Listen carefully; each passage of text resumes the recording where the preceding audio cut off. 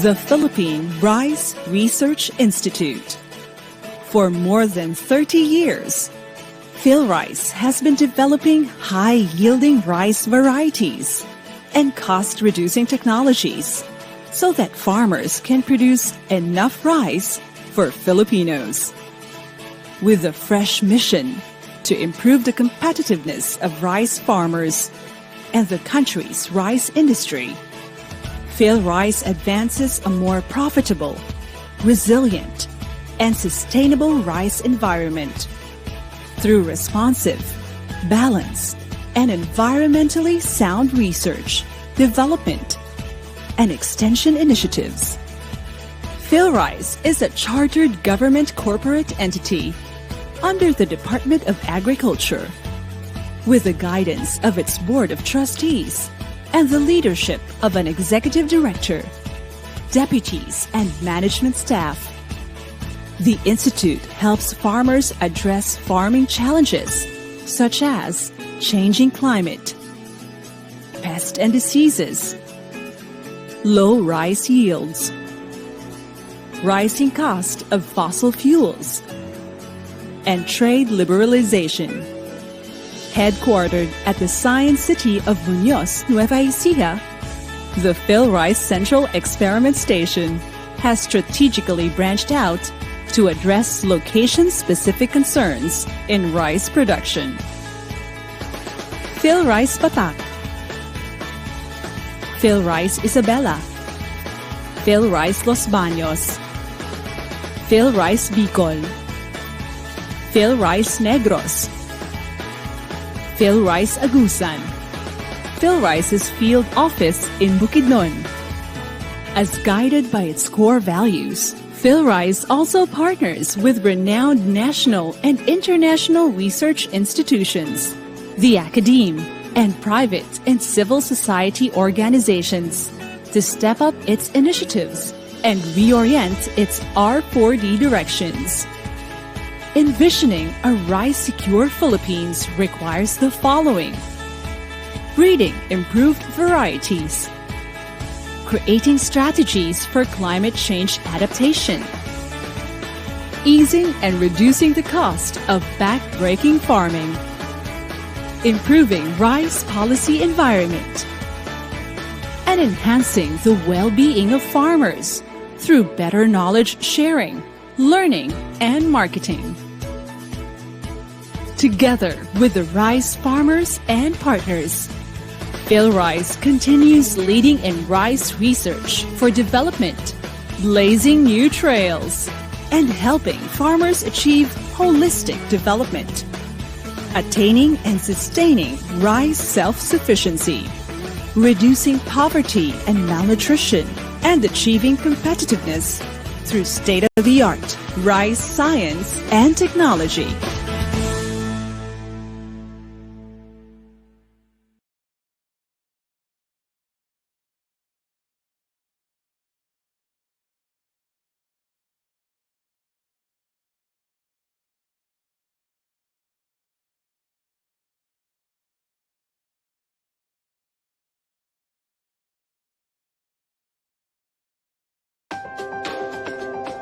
A cradle of history.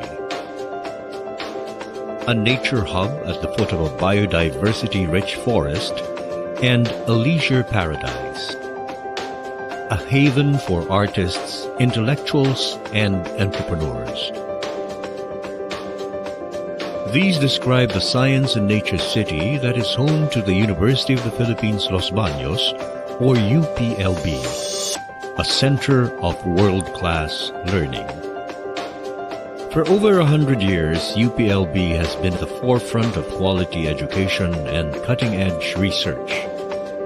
From its beginnings as the College of Agriculture in 1909, it has grown into a leading national university with programs that encourage critical thinking, community involvement, and the pursuit of excellence in various fields of study.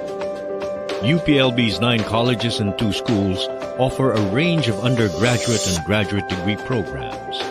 These include agriculture with agrobiotechnology, engineering and agro-industrial technology, veterinary medicine, forestry and natural resources, environmental science and management, human ecology, economics and management, public affairs, development communication, and the arts and sciences. As a testament to the quality of UPLB curricula, the Philippine Commission on Higher Education has recognized several UPLB units as centers of excellence and development in various years. UPLB is also the top performing school in many national licensure exams. Excellence in instruction is as much an offshoot of a strong teaching force as knowledge generated through extensive research and deep involvement in public service.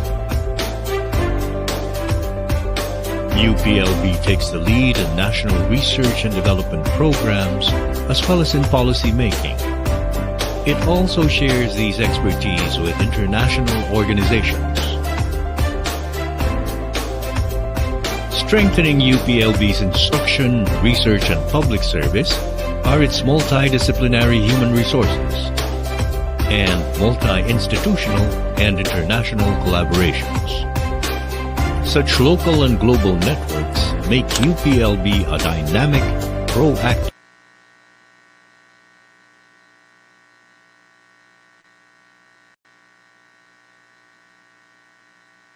Hello, Mike. Hello, Mike.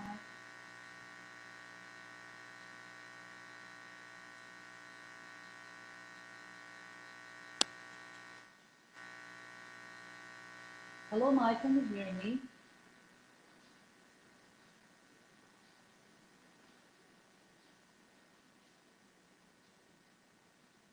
Hello, hello. Can you hear me?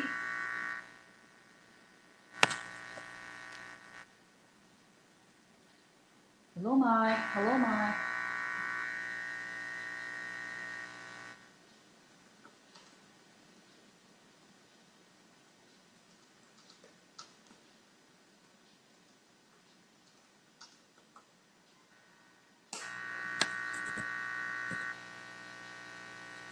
Hello, Mike. Hello, Mike. Can you hear me? Hello, can you hear me? Hello, Mike. Hello, Mike. Can you hear me? Hello. Hello. Can you hear me? I chose Nagoya University Law Program because Nagoya University is Yes, ma'am. Yes, ma'am. Loud and clear po. Mute na lang po muna. one of the 7 imperial universities in Japan, and it's the only Japanese university that has an undergraduate level international law program. Nagoya University is the only top university that provides English. Hi, ma'am teacher. Narinig po kayo. Mute na lang muna. So you can hear me? Yes, ma'am. Loud and clear. Okay, no problem. I'll mute now. Okay na po? Okay na? Sige. Mute na lang muna. Okay.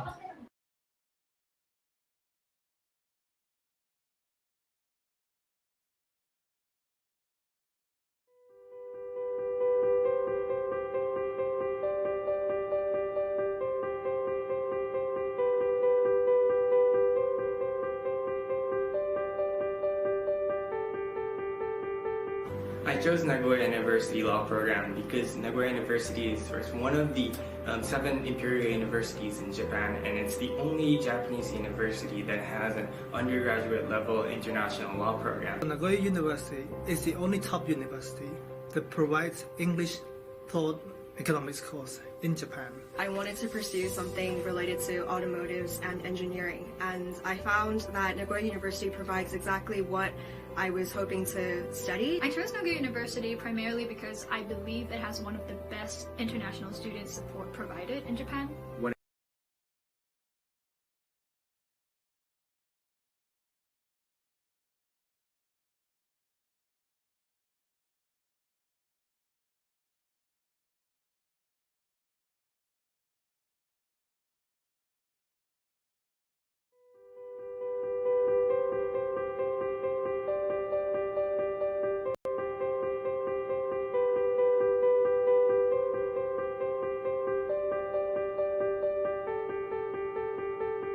I chose Nagoya University Law Program because Nagoya University is one of the 7 imperial universities in Japan, and it's the only Japanese university that has an undergraduate level international law program. Nagoya University is the only top university that provides English thought economics course in Japan.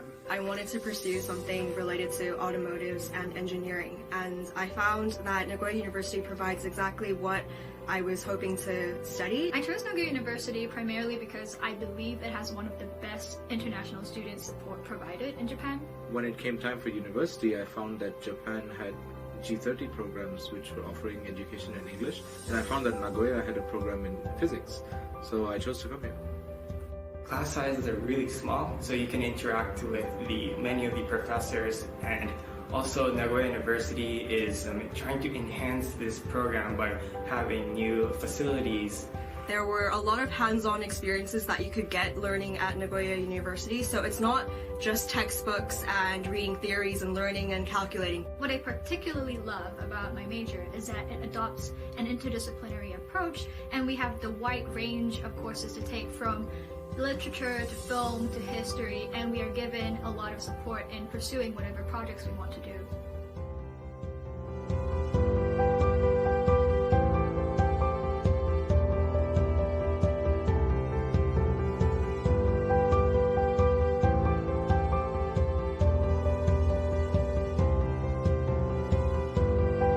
Because of Nagoya's central location, I was able to travel to quite a few places around Japan, and this allowed me to really absorb everything that Japan has to offer. I love doing physically active activities in the campus, such as going to the gym and play badminton, so I can refresh myself and integrate myself further and deeper into the community.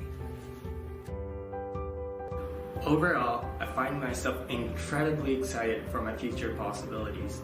I think I owe it to Nagoya University.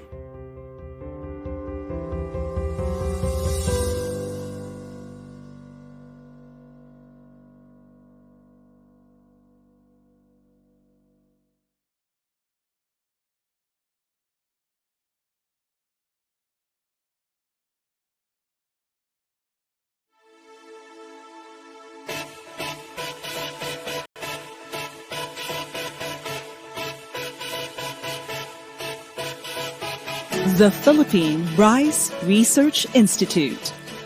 For more than 30 years, PhilRice has been developing high-yielding rice varieties and cost-reducing technologies so that farmers can produce enough rice for Filipinos.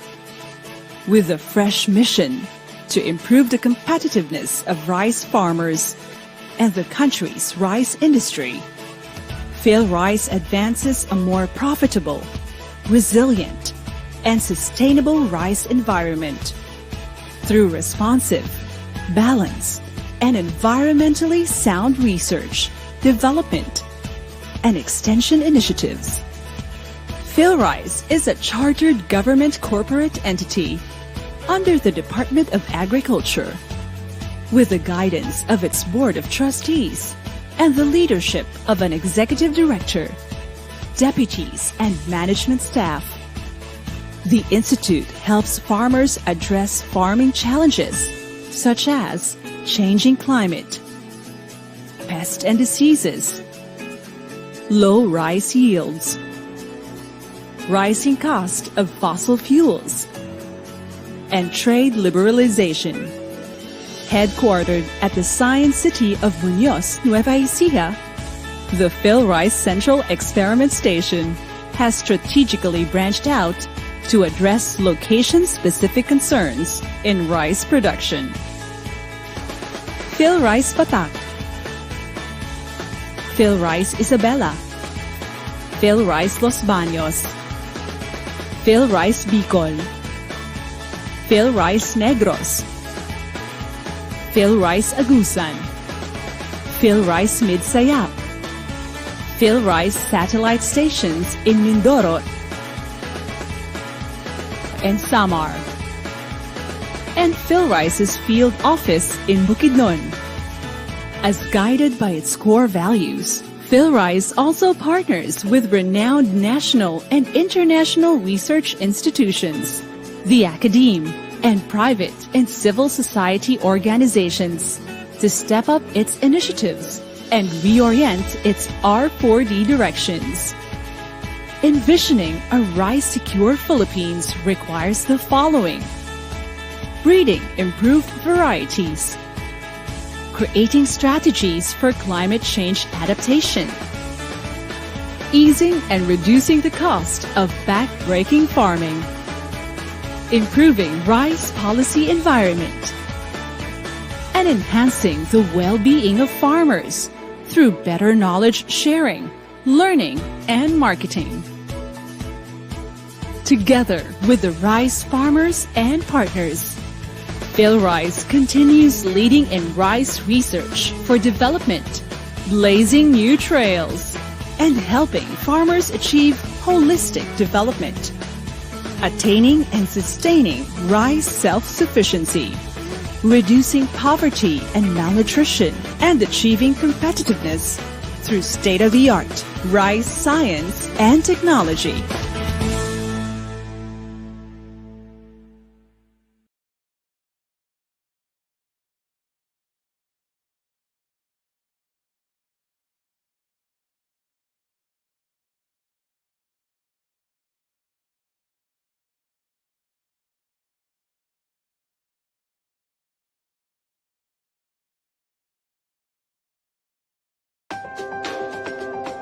A cradle of history. A nature hub at the foot of a biodiversity-rich forest and a leisure paradise. A haven for artists, intellectuals, and entrepreneurs. These describe the science and nature city that is home to the University of the Philippines Los Baños, or UPLB, a center of world-class learning. For over 100 years, UPLB has been at the forefront of quality education and cutting-edge research. From its beginnings as the College of Agriculture in 1909, it has grown into a leading national university with programs that encourage critical thinking, community involvement, and the pursuit of excellence in various fields of study. UPLB's 9 colleges and 2 schools offer a range of undergraduate and graduate degree programs. These include agriculture with agrobiotechnology, engineering and agro-industrial technology, veterinary medicine, forestry and natural resources, environmental science and management, human ecology, economics and management, public affairs, development communication, and the arts and sciences. As a testament to the quality of UPLB curricula, the Philippine Commission on Higher Education has recognized several UPLB units as centers of excellence and development in various years. UPLB is also the top-performing school in many national licensure exams. Excellence in instruction is as much an offshoot of a strong teaching force as knowledge generated through extensive research and deep involvement in public service. UPLB takes the lead in national research and development programs as well as in policy making. It also shares these expertise with international organizations. Strengthening UPLB's instruction, research, and public service are its multidisciplinary human resources and multi-institutional and international collaborations. Such local and global networks make UPLB a dynamic, proactive university that meets the needs of present and future learners and equips and transforms them to be future leaders. Leaders who are aristocrats of the mind as well as of the heart for the service of the nation and beyond.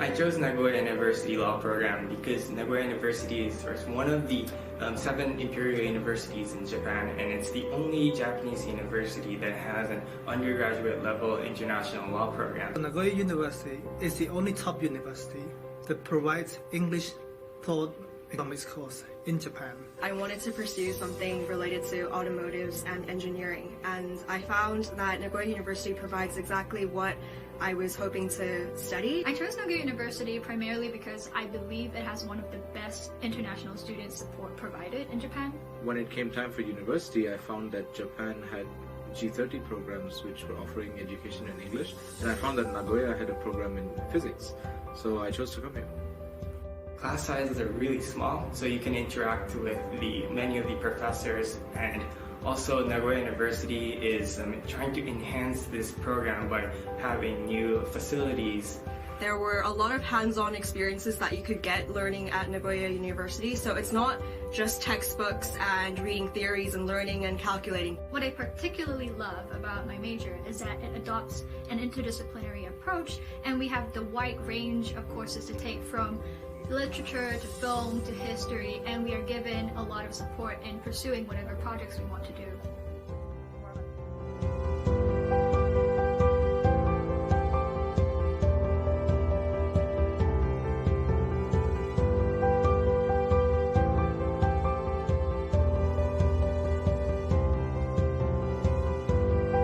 Because of Nagoya's central location, I was able to travel to quite a few places around Japan, and this allowed me to really absorb everything that Japan has to offer.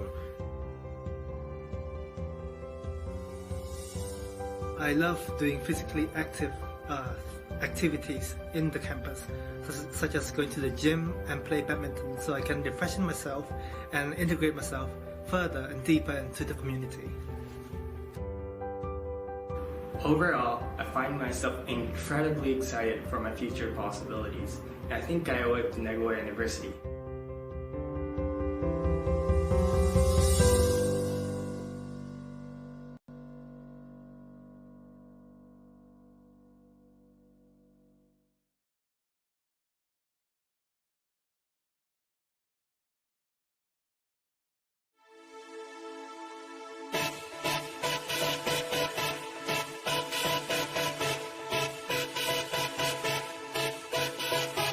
The Philippine Rice Research Institute. For more than 30 years, PhilRice has been developing high-yielding rice varieties and cost-reducing technologies so that farmers can produce enough rice for Filipinos. With a fresh mission to improve the competitiveness of rice farmers and the country's rice industry, PhilRice advances a more profitable, resilient, and sustainable rice environment through responsive, balanced, and environmentally sound research, development, and extension initiatives.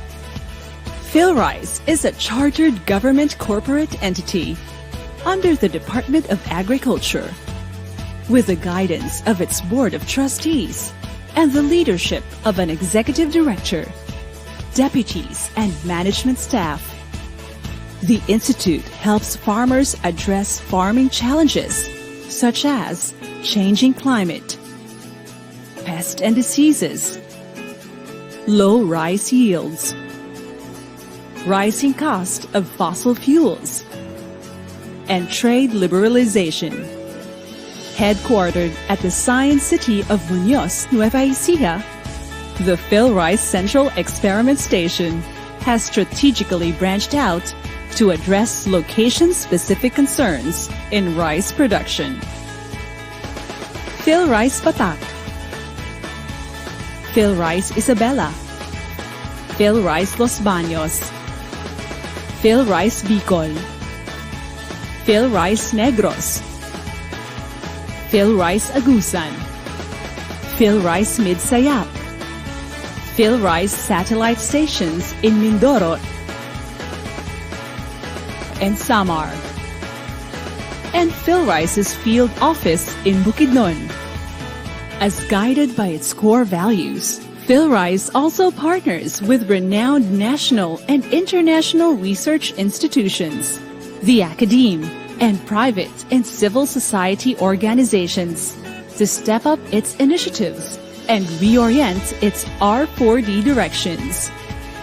Envisioning a rice-secure Philippines requires the following: breeding improved varieties, creating strategies for climate change adaptation, easing and reducing the cost of back-breaking farming, improving rice policy environment, and enhancing the well-being of farmers through better knowledge sharing, learning, and marketing.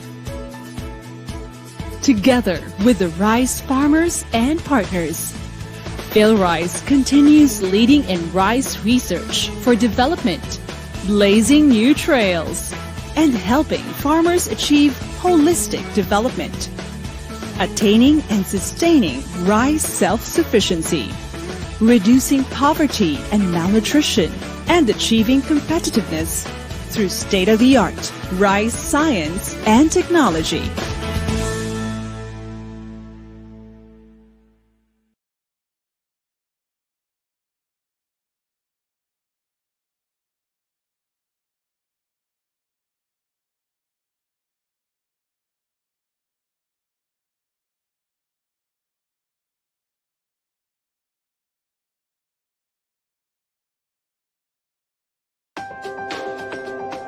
A cradle of history. A nature hub at the foot of a biodiversity-rich forest and a leisure paradise. A haven for artists, intellectuals, and entrepreneurs. These describe the science and nature city that is home to the University of the Philippines Los Baños, or UPLB, a center of world-class learning. For over 100 years, UPLB has been at the forefront of quality education and cutting-edge research. From its beginnings as the College of Agriculture in 1909, it has grown into a leading national university with programs that encourage critical thinking, community involvement, and the pursuit of excellence in various fields of study.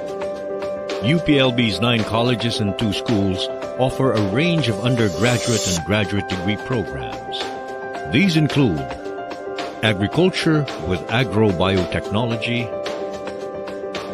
engineering and agro-industrial technology, veterinary medicine, forestry and natural resources, environmental science and management, human ecology, economics and management, public affairs,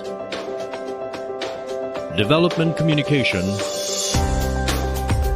and the arts and sciences.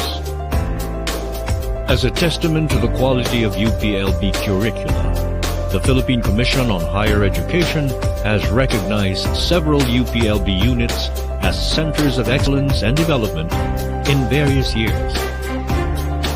UPLB is also the top-performing school in many national licensure exams.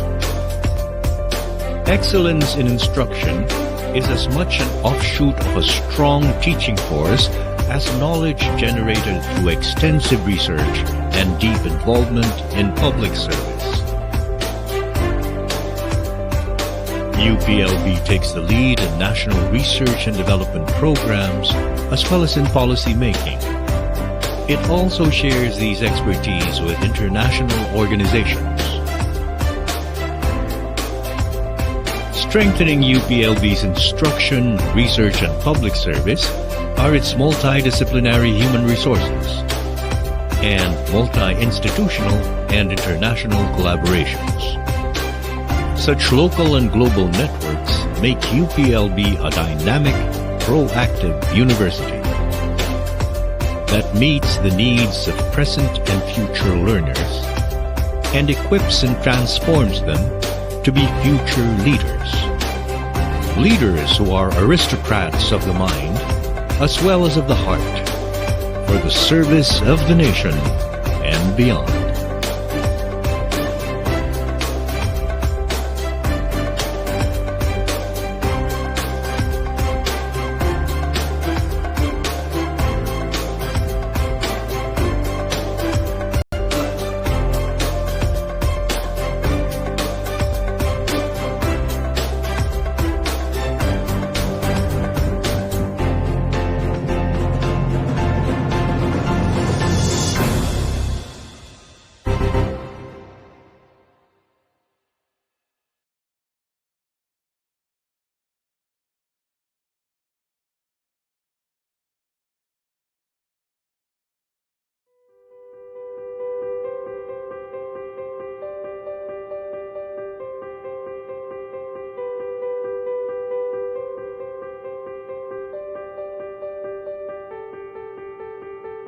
I chose Nagoya University Law Program because Nagoya University is one of the 7 imperial universities in Japan, and it's the only Japanese university that has an undergraduate level international law program. Nagoya University is the only top university that provides English thought economics course in Japan. I wanted to pursue something related to automotives and engineering, and I found that Nagoya University provides exactly what I was hoping to study. I chose Nagoya University primarily because I believe it has one of the best international student support provided in Japan.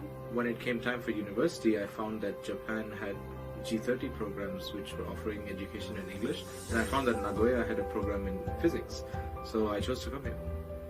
Class sizes are really small, so you can interact with many of the professors, and also Nagoya University is trying to enhance this program by having new facilities. There were a lot of hands-on experiences that you could get learning at Nagoya University, so it's not just textbooks and reading theories and learning and calculating. What I particularly love about my major is that it adopts an interdisciplinary approach, and we have the wide range of courses to take from literature to film to history, and we are given a lot of support in pursuing whatever projects we want to do.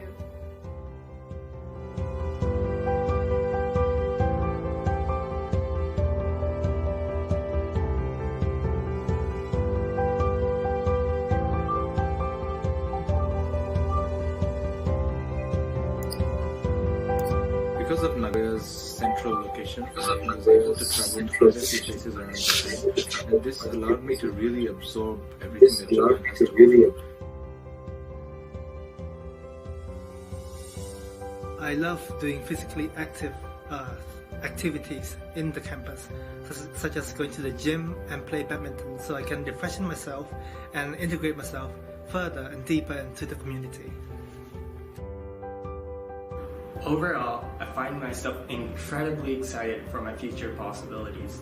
I think I owe it to Nagoya University.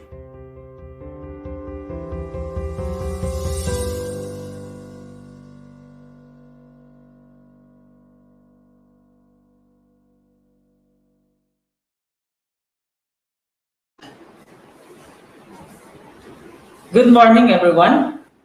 So to formally start with our program, may I request everyone to stand for the singing of the Philippine National Anthem.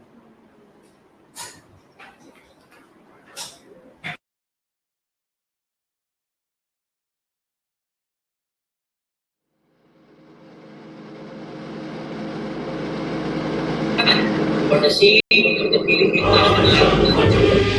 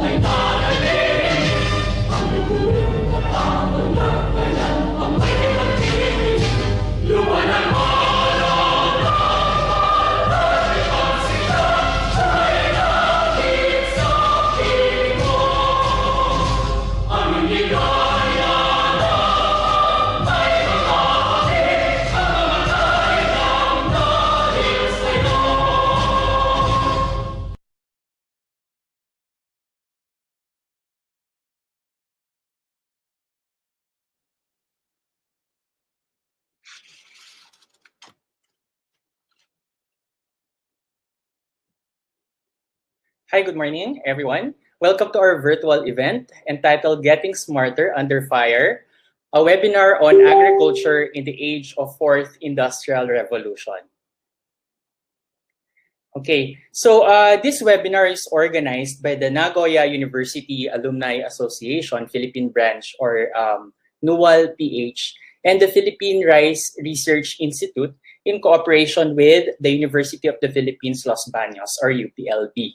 My name is Ron Villog, and I'm an associate professor from the International Studies Department of De La Salle University, and I'm also the assistant secretary of NUAL PH. So I'm very glad to be a part of this event, which is a collaboration of PhilRice and NUAL Philippines, or Philippine branch.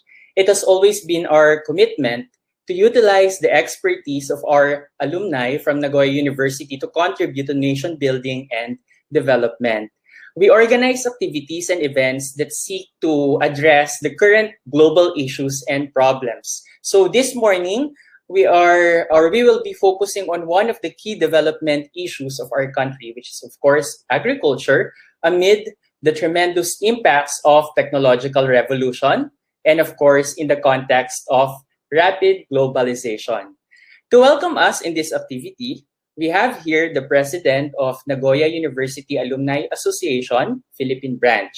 She's also the current director of the National Genome Center, a very dynamic scholar, scientist, and alumna of Nagoya University. Let's all welcome Dr. Cynthia Saloma. Hello.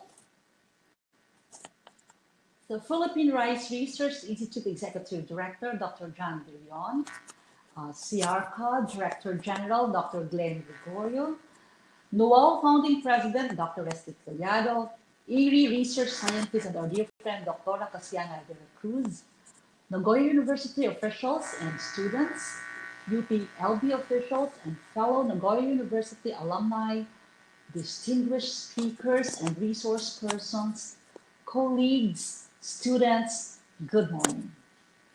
The year 2020 has been unprecedented in our recent history.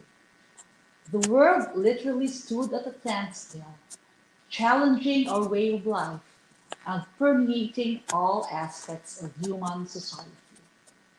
While it is true that the world has been preparing and anticipating the next pandemic since the flu pandemic of 2018, the reality of having this pandemic in our midst borders on the unreal, and yet it is too real at the same time. Many of us alumni of Nagoya University have been trained as life scientists, educators, policy wonks, engineers, and environmentalists, with a myriad other specializations. And this pandemic has touched all of us. Our last major activity before the ensuing lockdowns and travel restrictions imposed by the pandemic that reached our country was to mount a large in-person conference in Baguio City together with DOS CAR headed by the NU alumna and distinguished regional director, Dr. Nancy Bantor. That seminar with the theme Engineering, Research, Development, and Innovations Conference was held last February 27 and 28 in Baguio City, Philippines. It was well attended and became a springboard of discussions and plans for further research collaboration. Many of the latter have been put on hold as we all dealt with the COVID-19 pandemic, and we hope we can continue where we have left off, circumstances permitting next year. We at the Nagoya University Alumni Association Philippine Branch deem that it is high time to slowly resume our activities, particularly the planned in-person conference later last May, and is now being held in December. Our current conference or webinar with the theme Getting Smarter Under Fire, a webinar on agriculture in the age of the fourth industrial revolution, is being conducted online, and while not using in person as our mode of delivery, The online platform, nevertheless, is opening opportunities for us to have a wider audience and to reach out to more members here and abroad without the burden of traveling and hotel accommodation. The current theme of our conference is indeed very timely, as modern agriculture is increasingly using data-driven decision support to manage and implement interventions in our farming systems. We highly appreciate the help of our co-hosts in this webinar, the Philippine Rice Research Institute, or PhilRice, and the University of the Philippines, Los Baños, for helping Nual PH mount this activity. These are two institutions which have become a haven for many Nagoya University alumni who have returned to the country and continued pursuing their research and teaching activities. We thank you deeply and we look forward to a brighter year ahead of us as we manage to live in the new realities, the new normal in our lifetime. Maraming salamat muli at magandang umaga sa ating lahat.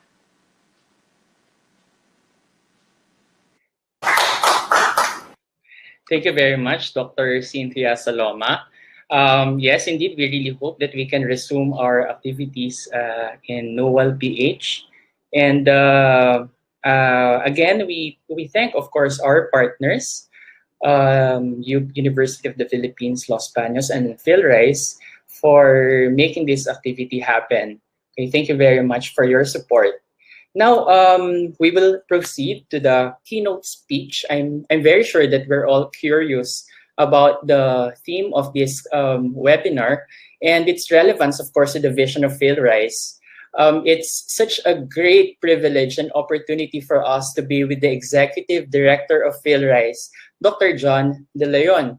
Dr. John De Leon has led national and international breeding programs in rice prior to his being designated by DA Secretary William Barr and eventually appointed by President Duterte as PhilRice Executive Director in 2019.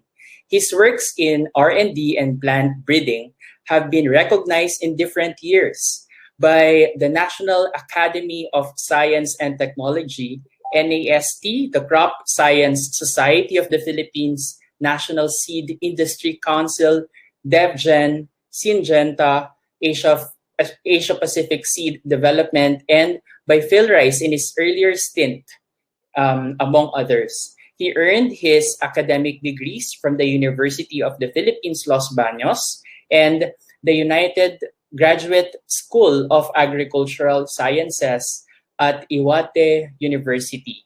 So may I now request Dr. John De Leon to deliver his keynote address. Good morning po, Director Cynthia Saloma, ma'am, Dr. Ron Bilog, of course, Dr. Suralta and Dr. Nunes, who are here with me this morning. In behalf of the Philippine Rice Research Institute, or PhilRice, please allow me to extend our hearty congratulations to the officials and members of the Nagoya University Alumni Association Philippines. I heard you call it NUAL PH or NUAL Philippines, as well as to all the invited speakers and participants for organizing this Getting Smarter Under Fire, a webinar on agriculture in the age of the fourth industrial revolution. It is interesting to note that PhilRice has similarly anchored its new research banner project or program on Agriculture 4.0, with its ramifications of modern, competitive, and resilient development. So we're very glad to join NUAL Philippines in this scholarly endeavor, transcending the physical distancing limits of the new normal via this very timely webinar. The fourth industrial revolution, or FIRE, as you used in your program, is considered an era that builds and extends the impact of digitization in new and unanticipated ways, including entirely new capabilities for people and machines. That is, if I may draw from the World Economic Forum reference in 2016. And as we all know, it picks up where the third industrial revolution left off in terms of electronics and IT to automate production. Industry and Agriculture 4.0 appeared only very recently in literature, as reported by Zamboan in 2019 and his colleagues. And there is a gap between the two terminologies, although sometimes they are used interchangeably. Of course, Industry 4.0 is strongly cited from 2014. And it has some affiliation also with the activities of the SMEs, and is already moving towards the next revolution that we refer to as the Industry 5.0, where they say human hands and minds return to modern industry with capabilities provided by the Internet of Things devices, or we call, and also on computer systems and cognitive computing. Agriculture 4.0 is more recently quoted, and based on Internet of Things and connection to the cloud or Internet and cloud computing concepts, cybersecurity, big data, open source technology. Industry 4.0 in the primary sector is actually what is defined as Agriculture 4.0 or Farming 4.0. So many terminologies. But as we all know, animal power, the combustion engine, and the guidance and systems and precision farming all preceded it. And I think almost the differentiation is indistinguishable, but the next step with Agriculture 5.0 includes the digitally integrated enterprises that employ more robotics and some form of artificial intelligence in production processes. As we speak, Agriculture 4.0 is already comprised of different and already operational or developing technologies, including nanotechnology, synthetic protein, cellular agriculture, gene editing technology, artificial intelligence, 3D printing, even the blockchain, machine learning, and others which may have pervasive effects on the future of agriculture. These technologies actually underpin concepts that are now becoming popular even in our country, like vertical farming and food systems, digital agriculture, bioeconomy, circular agriculture, and aquaponics. These were also cited by Clerks and Rose in their report in Global Food Security 2020. These are so many big words, and if we look at the from the perspective of PhilRice, the farmers, maybe they are busy. To describe it further, Agriculture 4.0 stands for the combined internal and external interaction of farming operations. So the integration, offering digital information at all farm sectors and the processes that involve the agri-food production chain. Factories become smarter and more environmentally sustainable and also more efficient due to the combination and integration of production technologies and devices. Also around information and data-rich communication systems and services in network infrastructures that involve the production, the market, and they run as a business. Therefore, as we ambition also in the Philippines, smart farms or Agriculture 4.0 ready farms must be able to adapt autonomously and in real time to these described changes to be competitive. This is FIRE or also Agriculture 4.0 as we know it, and I'm sure the other discussants today will even provide detail on the other aspects of FIRE and Agriculture 4.0. But allow me to bring you to another point. Earlier this year, Schwab and Mahler, in their publication by the Forum Publishing, The Great Reset, shared deep insights on how COVID-19 represented a rare but narrow window of opportunity for all of us to reflect, reimagine, and reset our world and fix its deep-rooted ills. They provided a guide on the needed changes to make the world less divisive, less polluting, less destructive, more inclusive, more equitable, and fairer going forward. And allow me to connect fire and agriculture 4.0 by saying that as we move forward, one of the consequential problems these authors have identified to be solved lie in the linking together, or as they say, the concatenation of technological risks and their impacts on individuals, the public, and industries. To this point, the Global Risk Interactions Map, also of the World Economic Forum, in 2020, considers food and water crisis. These are relevant resources when you talk about agriculture and also of other enterprises, as social risks with climate action failure and biodiversity loss as environmental risks. Also for Agriculture 4.0, in the local front, a modern telecommunication infrastructure in our rural areas is indispensable, and our ability to apply data along the agriculture supply chain will prove crucial for the fruitful revolution of existing agricultural processes toward farming. Indeed, Industry 4.0 is a collective term that brings together technologies and typical concepts of the value chain. Technologies like Bluetooth, the global positioning system, recently this RFID, radio frequency identification, combined with communication among operators and agricultural machinery at all levels of collaboration, make it conceivable to create a self-optimizing agricultural supply chain structure. Industry 4.0 permits the creation of an environment in which all elements are continuously and effortlessly linked together.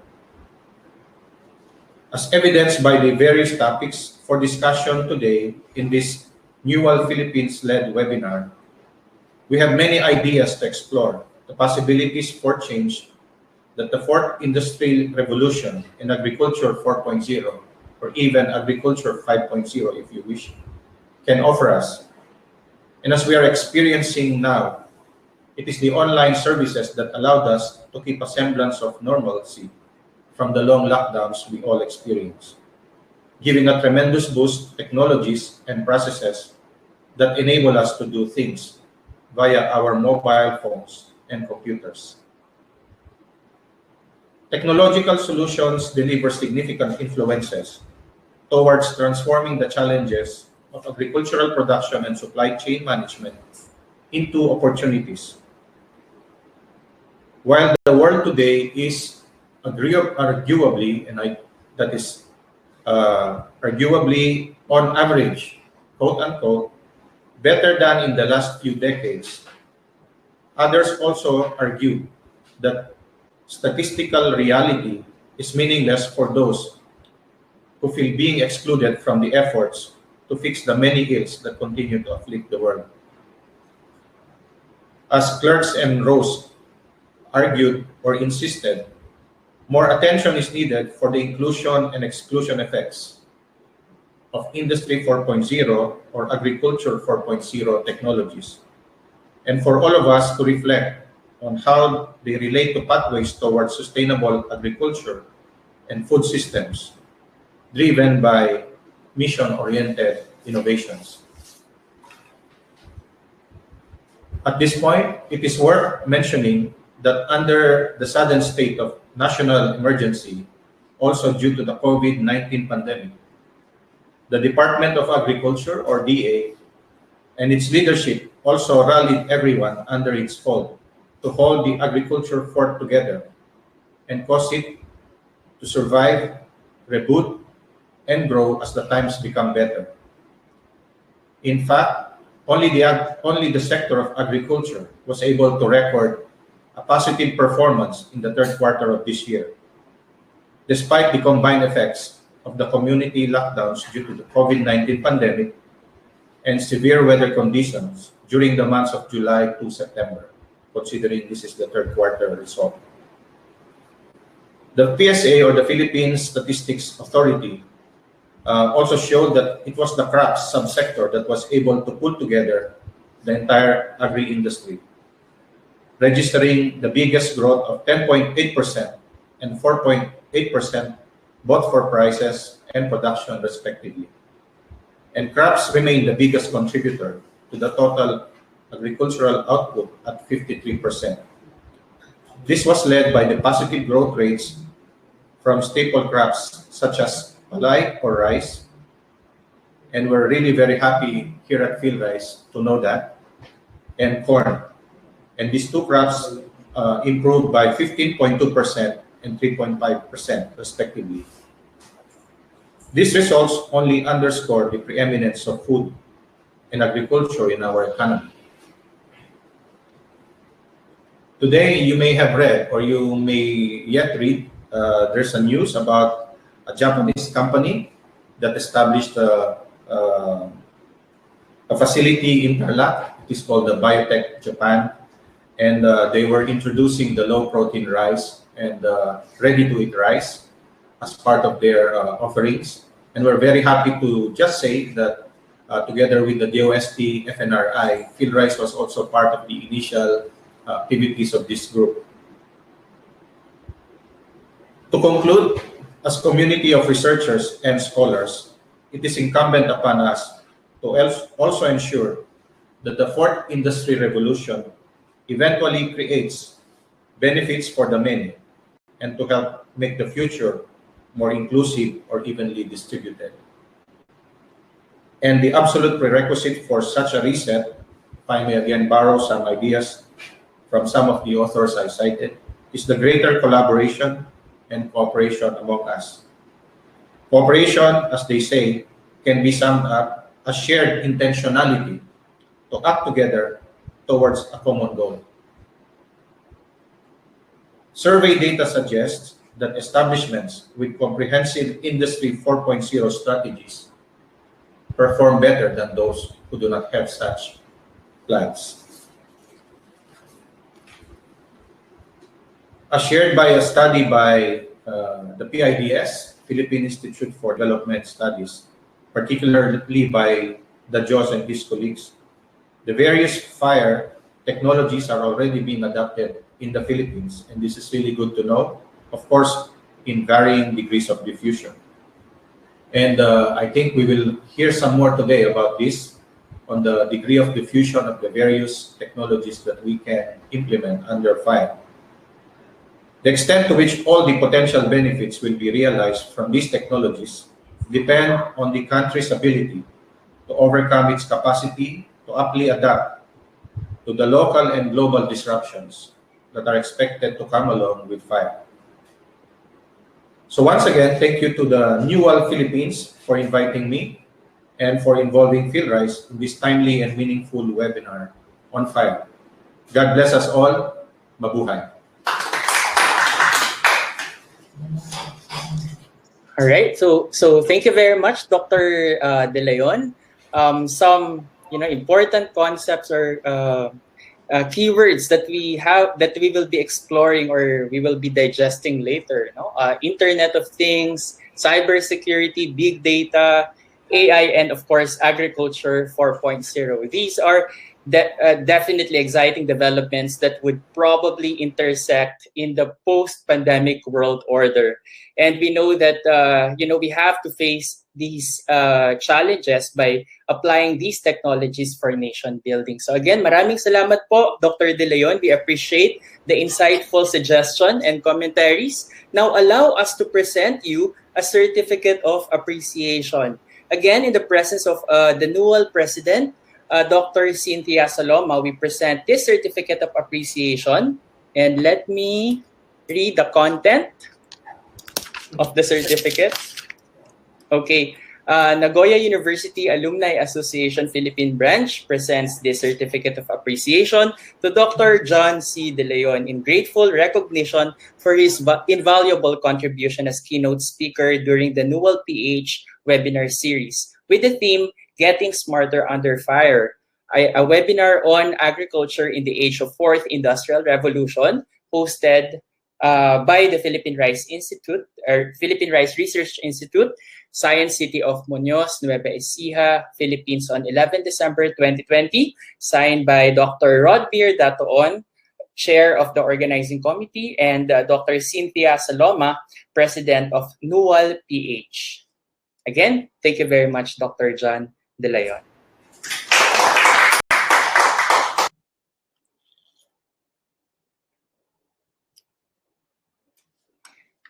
Okay, so I know we have a lot of things to prepare and a lot to digest now from the messages of Dr. De Leon and of even our keynote speaker, Dr. Cynthia Saloma. Why don't we have a 5-minute break to grab a cup of coffee or prepare our notes for the upcoming morning session of the seminar. So again, we'll have a 5-minute break. Remember that we still have 3 very interesting paper presentations later. Okay, so I guess we need to re-energize our minds. So see you after 5 minutes.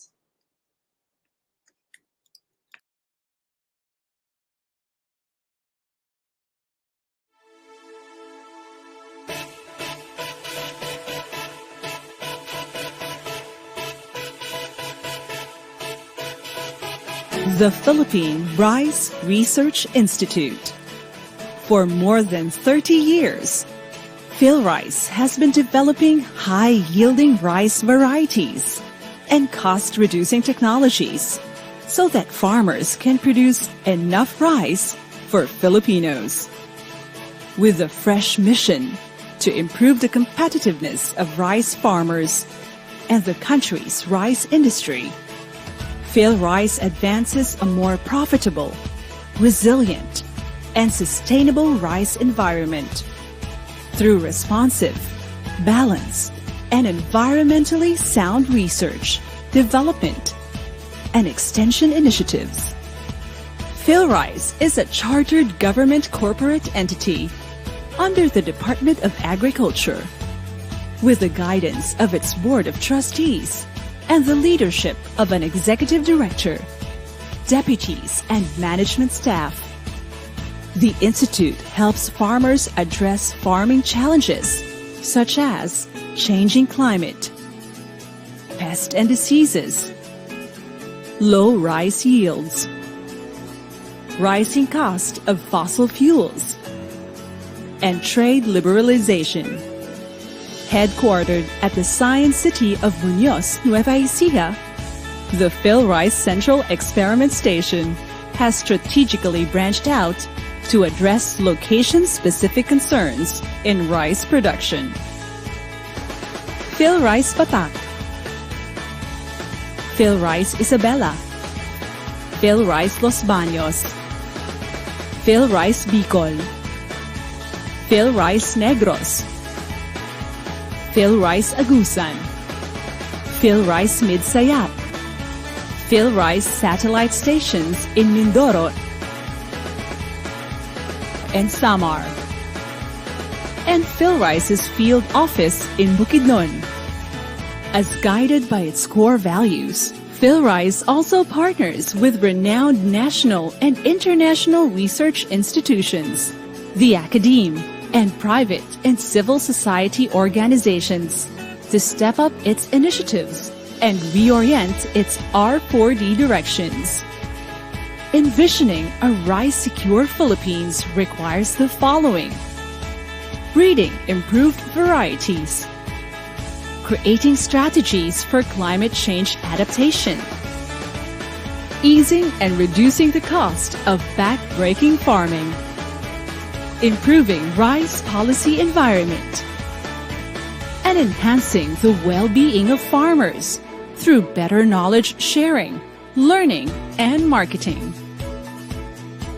Together with the rice farmers and partners, PhilRice continues leading in rice research for development, blazing new trails, and helping farmers achieve holistic development, attaining and sustaining rice self-sufficiency, reducing poverty and malnutrition, and achieving competitiveness through state-of-the-art rice science and technology.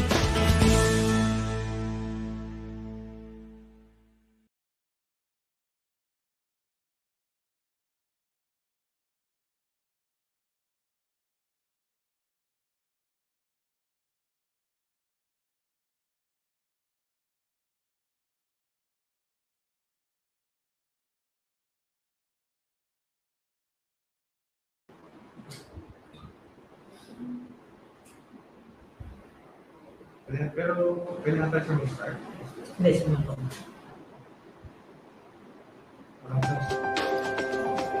A cradle of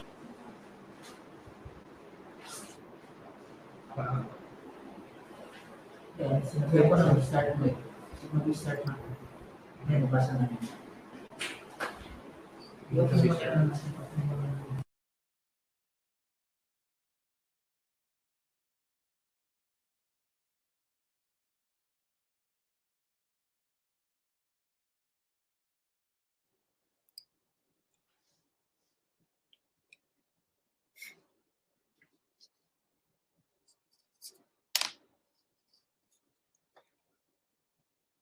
Okay, again, good morning, everyone. We will be starting our morning session. So we have 3 speakers for this for the morning session. But before we start, may I request our audience to please, if you have questions or comments, please type your question or comments. Do we have a chat box here? Yes, so you can type it and send it to the administrators or to the secretariat of the webinar. And later, after the morning session, after all the presentations of the 3 speakers, they will be addressing your questions. Okay, so the morning session, we have 3 speakers. Basically, they will help us understand the key development in the agricultural sector and its impact on social development. Again, against the backdrop of rapid globalization, we have to ensure efficiency, stability in food security, and of course, we also have to protect our farmers, as mentioned by the video a while ago. Okay, so we have 3 presenters, but let me read the profile of our distinguished speaker, the first speaker, Dr. Glenn Gregorio. Okay, so Dr. Glenn Gregorio is the executive director of CIRCA. So Dr. Glenn Gregorio obtained his PhD in genetics, minor in statistics, and MS in plant breeding at UPLB. His career was developed at the International Rice Research Institute as researcher, where he later served as postdoctoral fellow and assumed various research positions, including International Research Fellow, Scientist, Senior Scientist, and Deputy Division Head of IRI's Plant, Breeding Genetics, and Biotechnology Division. At IRI, he worked on rice breeding for tolerance to saline-prone and problem soils, and as coordinator for varietal development pipeline cross-cutting R&D. Okay. Dr. Gregorio had a 3-year stint as crop breeding manager for corn at the East West Seed Company, and currently he is professor also at the Institute of Crop Science, College of Agriculture and Food Science at UPLB, and director of the Southeast Asian Regional Center for Graduate Study and Research in Agriculture. He has been recently appointed as chairperson of the Technical Panel for Agriculture, Commission of Higher Education, or CHED, and steering committee member of the Philippine Department of Agriculture Biotechnology Program. Okay, so without further ado, may I now request Dr. Glenn Gregorio to start his presentation.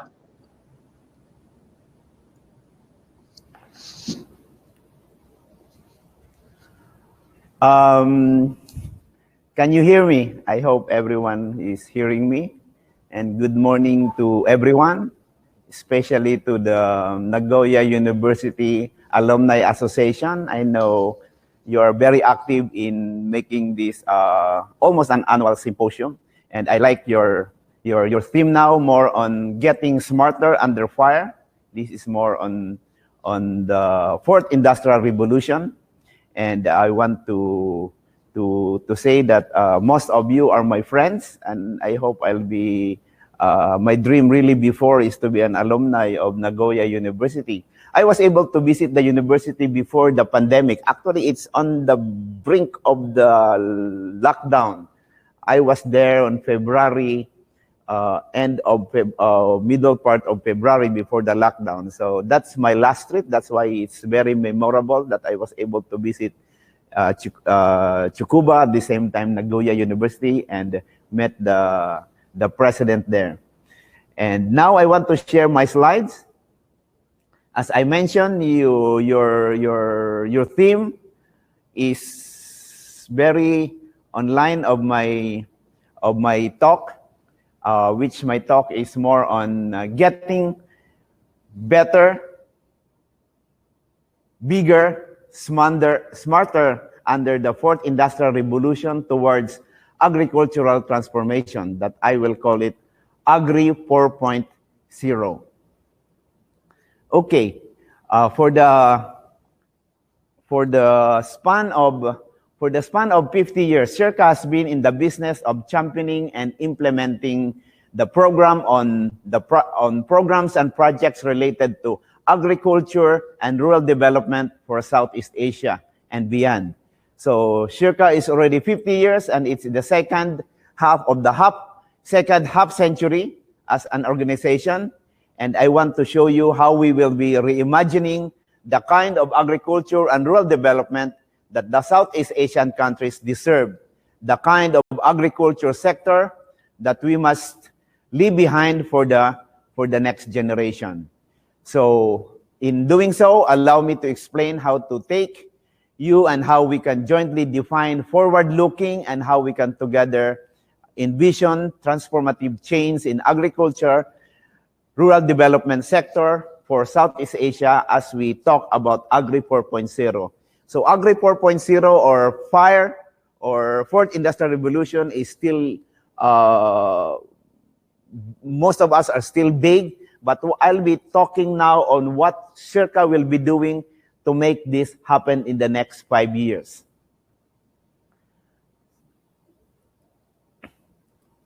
Okay, I just wrote a paper in our Asian Journal for Agriculture Development during the time of pandemic. This is on assessing the impact of COVID-19 pandemic on agriculture production in Southeast Asia towards transformative change in agricultural food system. Actually, this pandemic has opened our eyes. This pandemic has able to make us aware of the innovation that we have to do. Now, I think the positive thing about the pandemic is that we are now open-minded for change, because the present mindset we have is not good enough to make really a transformation in agriculture to overcome the pandemic and beyond. So I want to show you that the disruption in agriculture food system, supply and demand, create a supply and demand shock on economic performance in food security in the Philippines, in Southeast Asia, and beyond. So this COVID-19 really has a big effect on this one. And we will appreciate it if we see the value chains, because the value chain shows the linkage between the supply demand in agricultural food system. So we could really appreciate it if we look at the whole value chain, how the pandemic has affected this value chain. Due to the lockdown, mobility restriction results to quantity restriction in farm labor, which if this will continue longer, it would really translate to the overall reduction in agricultural productivity. So we have some initial positive points in agricultural sector because of this one, because we were allowed to to transport. We were allowed agriculture. You were allowed, if you're an agricultural sector, you were allowed to have a full operation in this time of pandemic. But if the lockdown will be pursued, we will have a lot of reductions. And agricultural production reduction is also caused by the farmers' limited access to farm inputs. So we are experiencing the farm inputs access limitation and also access to market to sell our produce. This may result to, of course, profit loss and wastage of farm produce, which we are hearing a lot. The loss of income and economic slowdown would also result to the decrease in demand, especially in our hotels, in the restaurants, big parties, particularly among the farmers and farming families. This is a big shock because we have no, especially with those farm families without safety nets. The reduction in agriculture production is also caused by the farmers' limited access to these different farm inputs, and in the long run, this income slowdown will also result to the decrease in the demand in our produce. So what I want to show you here is what we want really to envision as for FIRE or Agri 4.0, as we particularly look at it, the FIRE application for agriculture, is we want our farmers not only to be just agripreneurs. In the age of technology, we have also realized that transformation of our farmers would require them to be innovative agricultural entrepreneurs. So not only business-minded, but they have to use the available technologies, who can effectively and confidently use the modern technologies and innovations to benefit the people in the country who rely on food security. So we have to use the financial technology, all this agriculture, precision agriculture to make this happen. And our new farmers needs to have an access to the next generation of agriculture technologies and innovation. This is where I say is Agri 4.0. As we circle launched during the pandemic, we officially launched our 11th five-year plan last July. In the next 5 years, we want to focus really in accelerating transformation through agricultural innovation. So this is really very Agri 4.0. Agri 4.0 or the FIRE really, we need this FIRE to cook our produce, okay? To make this our technology, to cook our technology, to put all the necessary ingredient to make it available to the farmer. That's why I'm talking a lot on different ways to prepare the Agri 4.0, to pave the way for Agri 4.0 to our farmers market, because ultimately it's in the farmer. The test for Agri 4.0 or FIRE is in the farmer's field, if they will be sustainable, if they are applicable under the farmer field condition. So as I mentioned, we have launched our 11th five-year plan. We saw the need to rethink how we approach things, particularly in terms of how we view agriculture, how we view food, and how we view food production, how we view agricultural systems. So we have to look at, clearly there is a need to accelerate transformation in agricultural sector, which we could fully utilize for human well-being. I repeat, it is we have to put in our minds, it is for the human well-being. Essentially, we want to ask the question if an accelerated transformation through agricultural innovation is necessary. We strongly believe that we believe that the systematic and integrated innovation here would require a new mindset where farming is viewed as a sustainable agribusiness, not only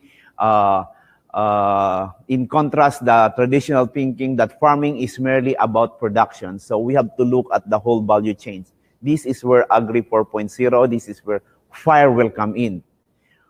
Hence, we should focus on ecosystem thinking, we should focus on circular value chain, we should talk about future-proof products and services, low ecological footprints, Agri 4.0, and the need for the next generation next generation agricultural and rural development transformative leaders for Southeast Asia and beyond.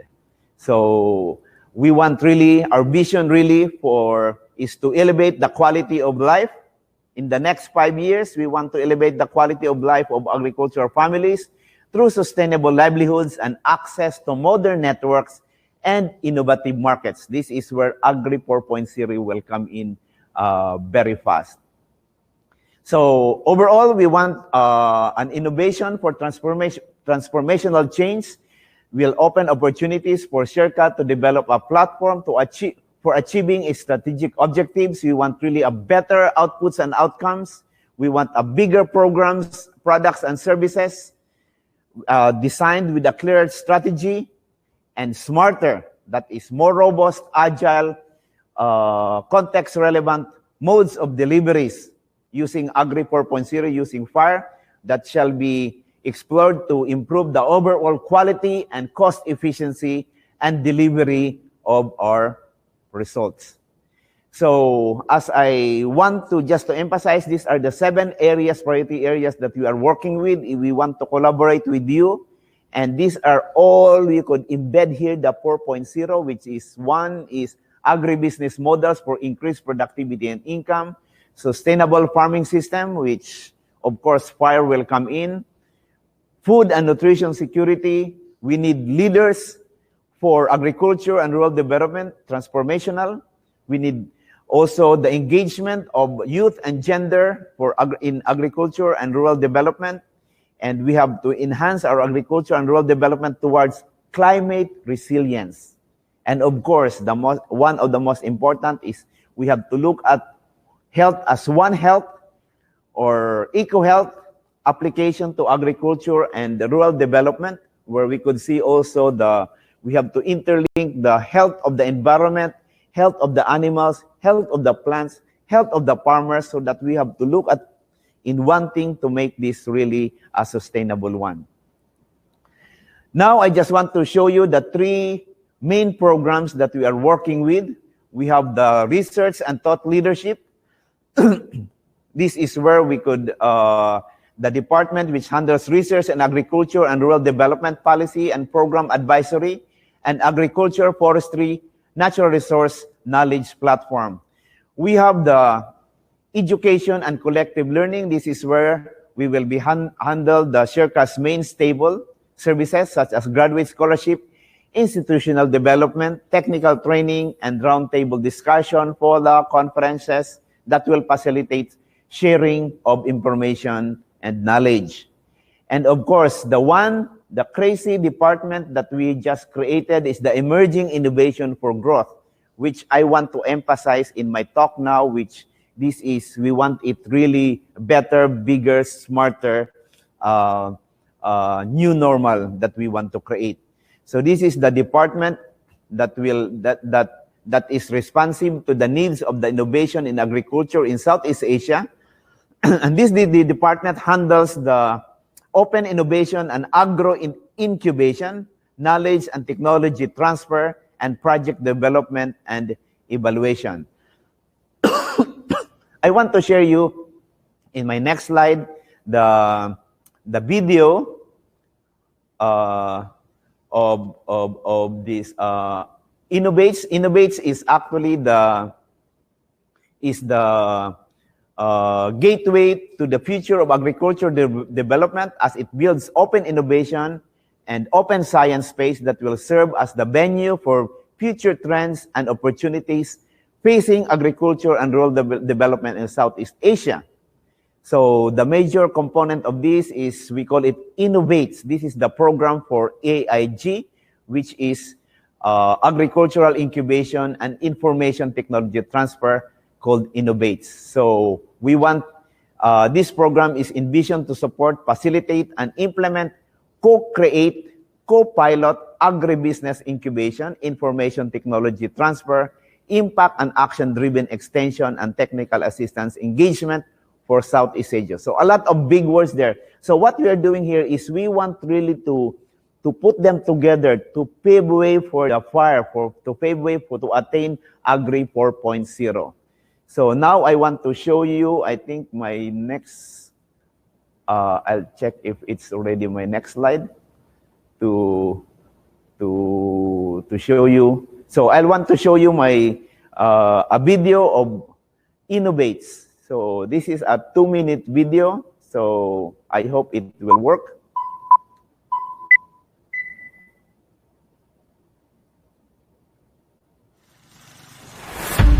The evolving context of agriculture, rural development, and state of farmers as aligned with global goals focus on the contribution of agriculture to hunger and malnutrition eradication. CIRCA has embraced the rhythms of change with new, innovative practices to transform the lives of farmers and the agricultural industry. With its mission to elevate the quality of life of agricultural families through sustainable and resilient livelihoods, CIRCA steers agriculture from the traditional farming production towards an agribusiness perspective in a modern agriculture ecology by accelerating transformation through agricultural innovation to attain Agriculture 4.0.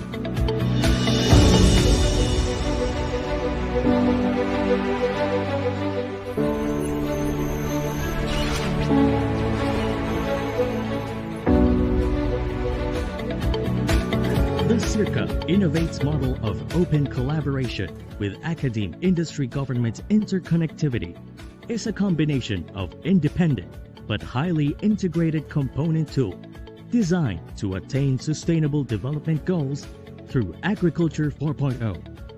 A modern world transformed by innovative technologies, processes, and dynamics. Index. As the research and information arm of projects powered by the CIRCA Innovates model of open collaboration. Serves specialists and experts for rural viable emerging solutions that identify and implement innovative but practical solutions to persistent farming challenges. Ideates innovation competitions that focus on engaging the youth, children, students, and brilliant minds in promoting agri-innovation to modernize agriculture and build local rural innovation ecosystems. Blocks building linkages and open collaboration for knowledge systems is an innovative and open shared service hub promoting locally adaptable agri-technologies that can be adopted by small farmers and rural communities. A4Life Agriculture 4.0 livelihood integration towards farming enterprises for building local and community-based innovation ecosystems and inclusive agribusiness value chains to produce a generation of green startups and agripreneurs. And Space, the Southeast Asia platform to attain collaboration and empowerment for a powerful innovation and open collaboration gateway for agri-incubation and technology transfer information, programs, resources, and networks in the world where CIRCA operates. Powered by CIRCA Innovates model, the Emerging Innovation for Growth, EIG, as the new program in CIRCA's 11th five-year plan steps out from old ways that are no longer farmer benefiting to attain Agriculture 4.0 under 3 focus areas, namely open collaboration and agri-incubation, knowledge and technology transfer tools, and project development monitoring and evaluation. CIRCA partners to usher farmers out of the belief that farming is limited to production as an agribusiness operating in a modern agriculture ecosystem for better, bigger, smarter impact to farmers and farming families. Get involved, spread the word, CIRCA Innovates. If you're connected with a group that supports agriculture for farming families, we invite you to collaborate with our academe, industry, government partnership for better, bigger, smarter innovation. Together, let's attain Agri 4.0.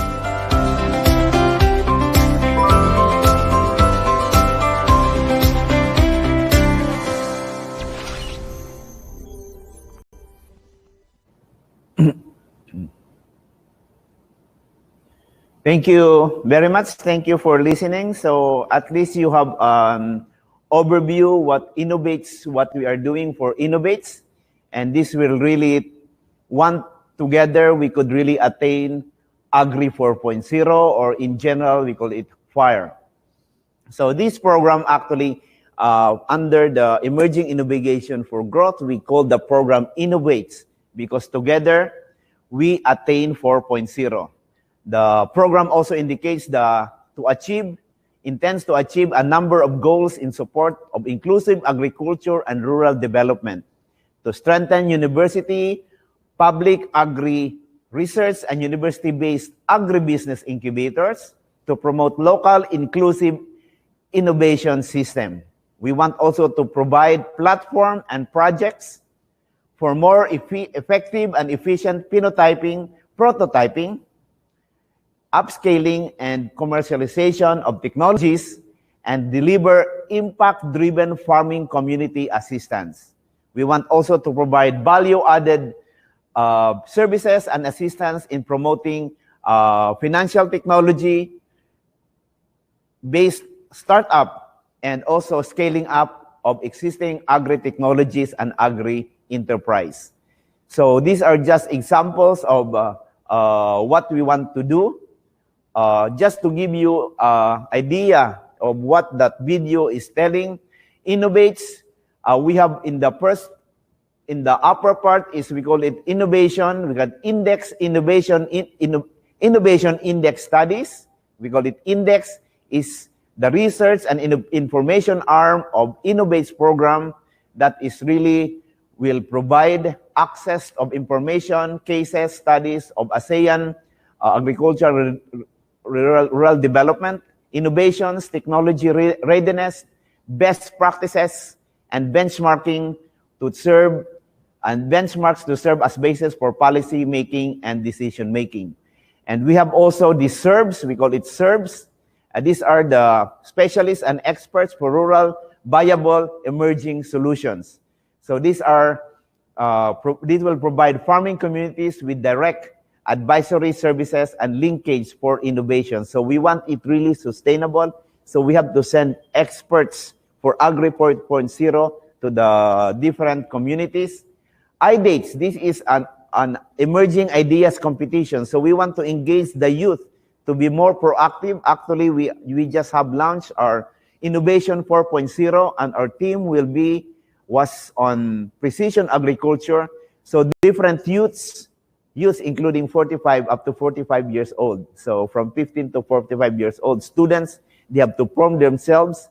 And now we partner with East West Seed Company, Syngent, and UPLB to create this competition in Luzon, Visayas, and Mindanao. It's already starting. We have already the finalists, and those who will be the winners, they will get a prize as much as 350,000 pesos. So this is just a venue for radical young innovators to turn ideas into winning practical technological solutions for our farming families. So this is where the crazy ideas will come in. We have also the blocks, which is prototyping and technology adoption, which is a shared service facility. Make space, or this is a space that will promote scalable and innovative farm practices, models, and technologies to increase their adoption and adaptation in communities. We have A for Life. This is Agriculture 4.0. A livelihood integrates the farming and enterprise. This is an agribusiness incubation and technology acceleration. This will promote livelihood integration in enterprise to enterprise through incubation of green startups, accelerate technology adoption and deployment through access to manufacturing, marketing, and other networks. So very exciting. So we have all these different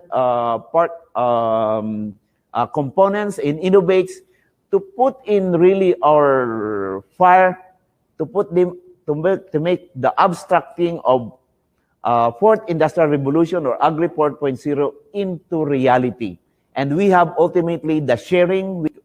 This is Shirka Hub for Agriculture and Rural Development for the next generation. This will is the platform that serves as a tool to accelerate expansion of collaborative open innovation networks for connecting communities and industry partners' needs with the right research expertise and best funding possibilities. So we are very ambitious to make this happen, because if we will not have this ingredient, it will be more difficult to attain our desired goal to accelerate transformation in agriculture.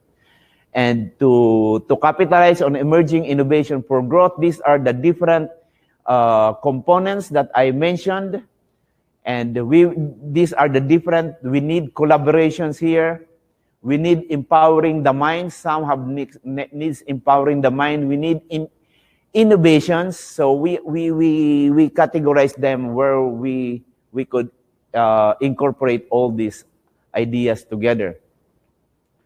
And we want also, in the next slide, we want really Shirka innovates models to inclusive innovation for agriculture and rural development. So we have to link them together. This is how I say that's very complex. The network is very complex. That's why we need really a design thinking approach, because at the heart of the innovates is the application of design thinking process. Design thinking involves around a deep interest in developing the understanding the farming family and their communities, as well as different actors and players that influence the total well-being of the farming families. So it helps us observe and develop our empathy that will to our target beneficiaries. These design thinkings help us in processing of defining our problems, questioning the assumptions, and thinking deeper about the implications. And this design thinking also is extremely useful in tackling problem that is ill-defined or misaligned or unknown by reframing the problem in human-centric approach. So we have always put it the human perspective. Then we go to prototyping, testing, and implementing. This design thinking also involves ongoing and continuous experimentation, drawing or prototyping and testing and trying all concepts and ideas, all the while working closely with the different actors and players in rural communities. So it's a very complex, because the problems now is so complex. We need really, they call it in computer, the big data, and to arrive to solutions. So we have, it's not a linear, it's now not only circular, but it should be interconnected to each other. That's how complex, how we could really make fire applied in agriculture or farming families. To make it more complicated, I just want to show you these are the different components of innovates, the index, serves, iDates, blocks, A for life, and sharing, those under the design thinking approach. As I mentioned about empathy, we have to define our problems, you have to start prototyping and testing and implementing. So we have to look at it in a circular, in a network way to make this happen. And of course, we want really to attain accelerated transformation through agricultural innovation. Together, we should attain Agri 4.0. We have to have an open collaboration. We have to have these co-enablers with us, our partners. So we have to define who are our partners, to engage the mind, who are our co-solvers, transformational innovation. These are our outcomes, and these are our prototypes, our startups, until we go to agriculture and rural development, which is the ultimate impact we want to create to our farming families, rural communities, agricultural value chains, towards attaining in Southeast Asia, towards together we could attain Agri 4.0 or FIRE. I think I have few slides there. I just want to emphasize the connectivity to make this happen. So we have to have an academic, industry, government interconnectivity, where we have to have the partners from the academe to the industry through licensing. Once we have this partnering, this is where we will be open up the market and will make this happen. As I mentioned, universities are where invention happens. These are inventions. To make this innovative, we have to link it with the industry, because in partnering with industries is when innovation happens. If you will just do it yourself, that's invention, or that's a result. But once you put it in the industry, that is where innovation happens, transformation will happen. And if you will connect it with the government, that's where sustainability will happen, because government are the enabler to make this sustainable, generating new sets of technologies, encouraging the youth to be involved in this. Innovation is the act of turning research result into revenues. It's all money. That's why Agri 4.0. Zero means money. 4.0. Innovation is the act of turning research results into revenues, commercial scale, into economic and social gain. There must be economic development, and it should be benefiting the people. And just to concretize what we are doing at CIRCA, this is aside from those we are saying, we are also want to have a research grant with industry partners, grants for research towards agricultural innovation solutions. We call it GRAINS, through at least 4 distinct mechanisms. We are graduate research with industry partner, call for research proposal based on industry needs, and engaging the industry and youth in promoting agriculture and rural development. All of this under academe, industry, government interconnectivity. And again, we need this academe, industry, government interconnectivity models for our research or industry or project collaboration. We need co-sharing and co-sharing of financial resources to shorten the gap between research and knowledge utilization. And lastly, I just want to show that as we move forward for FIRE or Agri 4.0 to affect technology to the lives of the farmer, we have to ensure a systematic transformation of agricultural system into resilient, sustainable, productive, and inclusive food system that will be crucial for the future of the Philippines, for the future of Southeast Asia, and beyond. Again, thank you. God bless our agricultural leaders, our farmers, and farming families. God bless you all.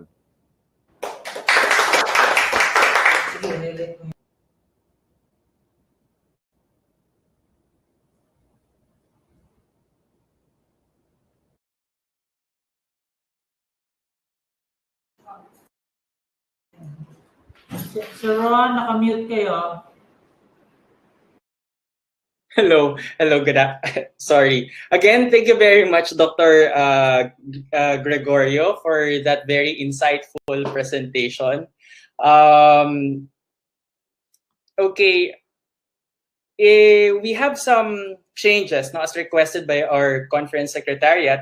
What we're going to do is to have Q&A after each presentation. Okay, so baguhin natin yung sinabi ko kanina. Now we'll have question and answer after each presentation. So we were able to collect some questions here. In the interest of time, we will be able to read very few questions lang po, no? Because we only have less than 5 minutes for the Q&A. So we do apologize for this. But let's try to read some interesting questions here. Siguro, sir,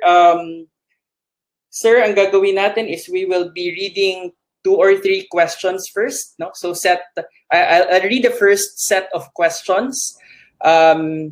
From Mary Malyari, why are we producing less amount of rice, having that Erie is located in LB, Philippines, amongst Southeast Asian countries? What is the rationale behind?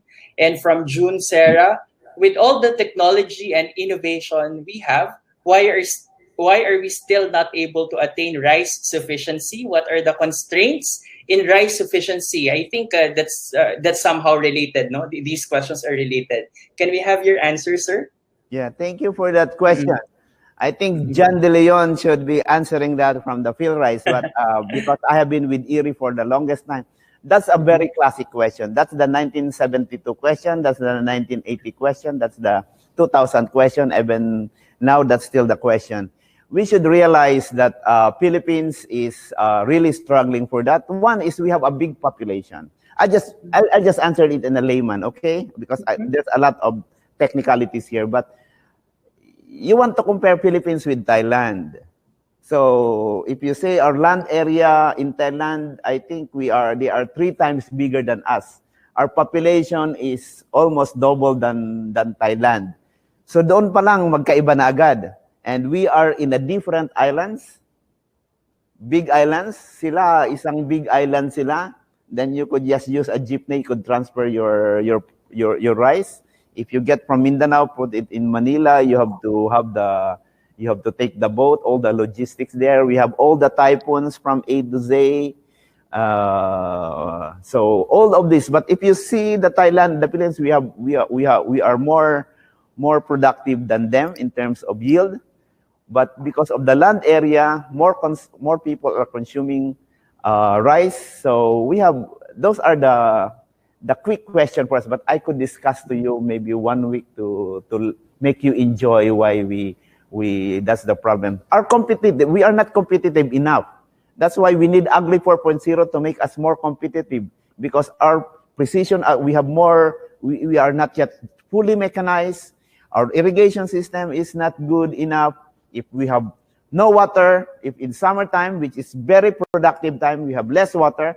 If it's rainy time, we have too much water. Lubog yan lahat. So we have all those problems. We have all the disadvantage. That's why if you read the rice tarification law, it's beautiful, because you could see there that we have to be competitive. You have to, if your area is not productive enough, you should convert it to other way. Only the productive areas should be going to rice. We should be practical in doing this. So we could not be self-sufficient because we are not competitive enough. So that's why this is the challenge for us. Sorry, I could speak for many hours for this one, but maybe I'll cut this because I'm starting to be passionate or animated on this one. Thank you. All right. Thank you very much for that answer, sir. All right. Another set of questions from Maricel Solatre. In your study on assessing the impact of the COVID-19 pandemic on agricultural production in Southeast Asia, do you have policy measures in your recommendations that need to be legislated in the Philippines to ensure a systematic transformation of the agricultural system? Okay, so that's the first one. If I may just insert or read another question. This is okay. A very, I can say that's it's a general question. How ready are the universities in the Southeast Asian and Philippines? How ready are the universities in Southeast Asia and the Philippines in agricultural research about Agri 4.0? I'm sorry. Let me repeat that again. How ready are the universities in Southeast Asia and the Philippines in education and research about Agri 4.0? All right. All right. So I think that's the last set of questions that we can accommodate. Okay. Thank you for those questions. I'll answer the last question first. How ready? Actually, I just talked to the university consortium yesterday on this agricultural transformation also. I think we are ready because we are teaching this. I think the problem is the application, because we need laboratories, we need several drones, we need space to make this happen. That's why Shirka is here to open up those space for them to make these brilliant minds into fruition. I just was talking to my colleague a while ago that at Shirka we will be developing a Lego robots here, where people will come and design the robots. That's where they could create more tractors or precision agriculture here. So I just want to give you an example. So we have, of course, Southeast Asia. We have Singapore there. We have Thailand, we have Brunei, that they are already advanced stage in Agri 4.0 teaching, even in Thailand. And Philippines, actually, we are already there. Our professors are very good in teaching this one. We have Sarai technology, we have all other technologies, even in Shirka, we want to present this with you. It's just a matter of implementing it. Because this Agri 4.0 is, you will see it in Netherlands, you will see it in Japan, but it should be contextualized in the culture of the Philippines, in a tropical climate, in a situation that we have small farmers, we are not big farmers, we are small landhold farmers, we are not big, we need to consolidate our farms to make our agriculture 4.0 happen, because we have to digitalize it, we have to use drone. If you have only one hectare or half hectare, how would you digitalize your agriculture unless you use greenhouse or other for rice?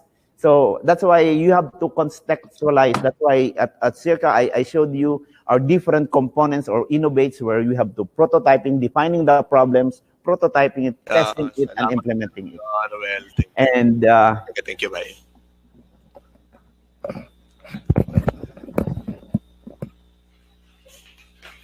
To make that space laboratory to make it happen. We must create a playing space for the students to make it happen. So the second question is more on what are, I hope you could read our article. I could share it to you, or go to the website. We have a policy brief on that on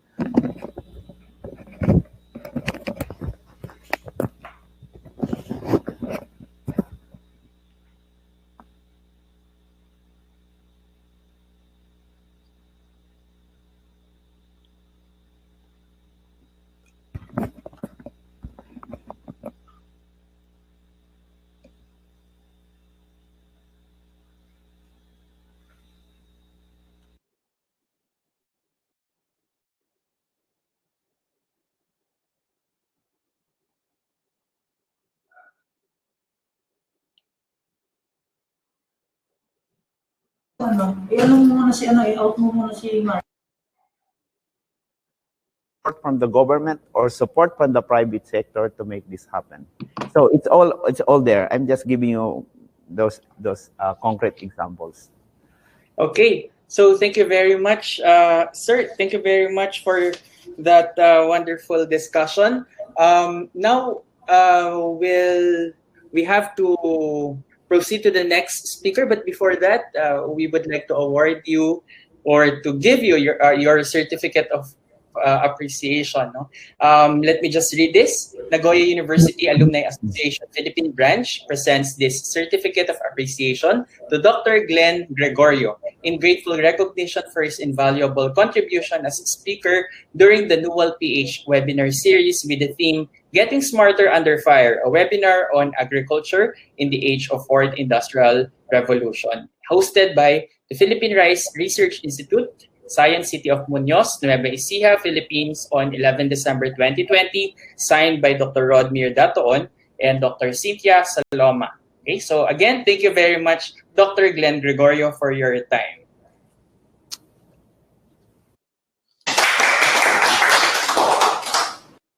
Okay, now, ladies and gentlemen, we will be proceeding to the next session. The next speaker, I think he is already ready to present. Let me just introduce our next speaker.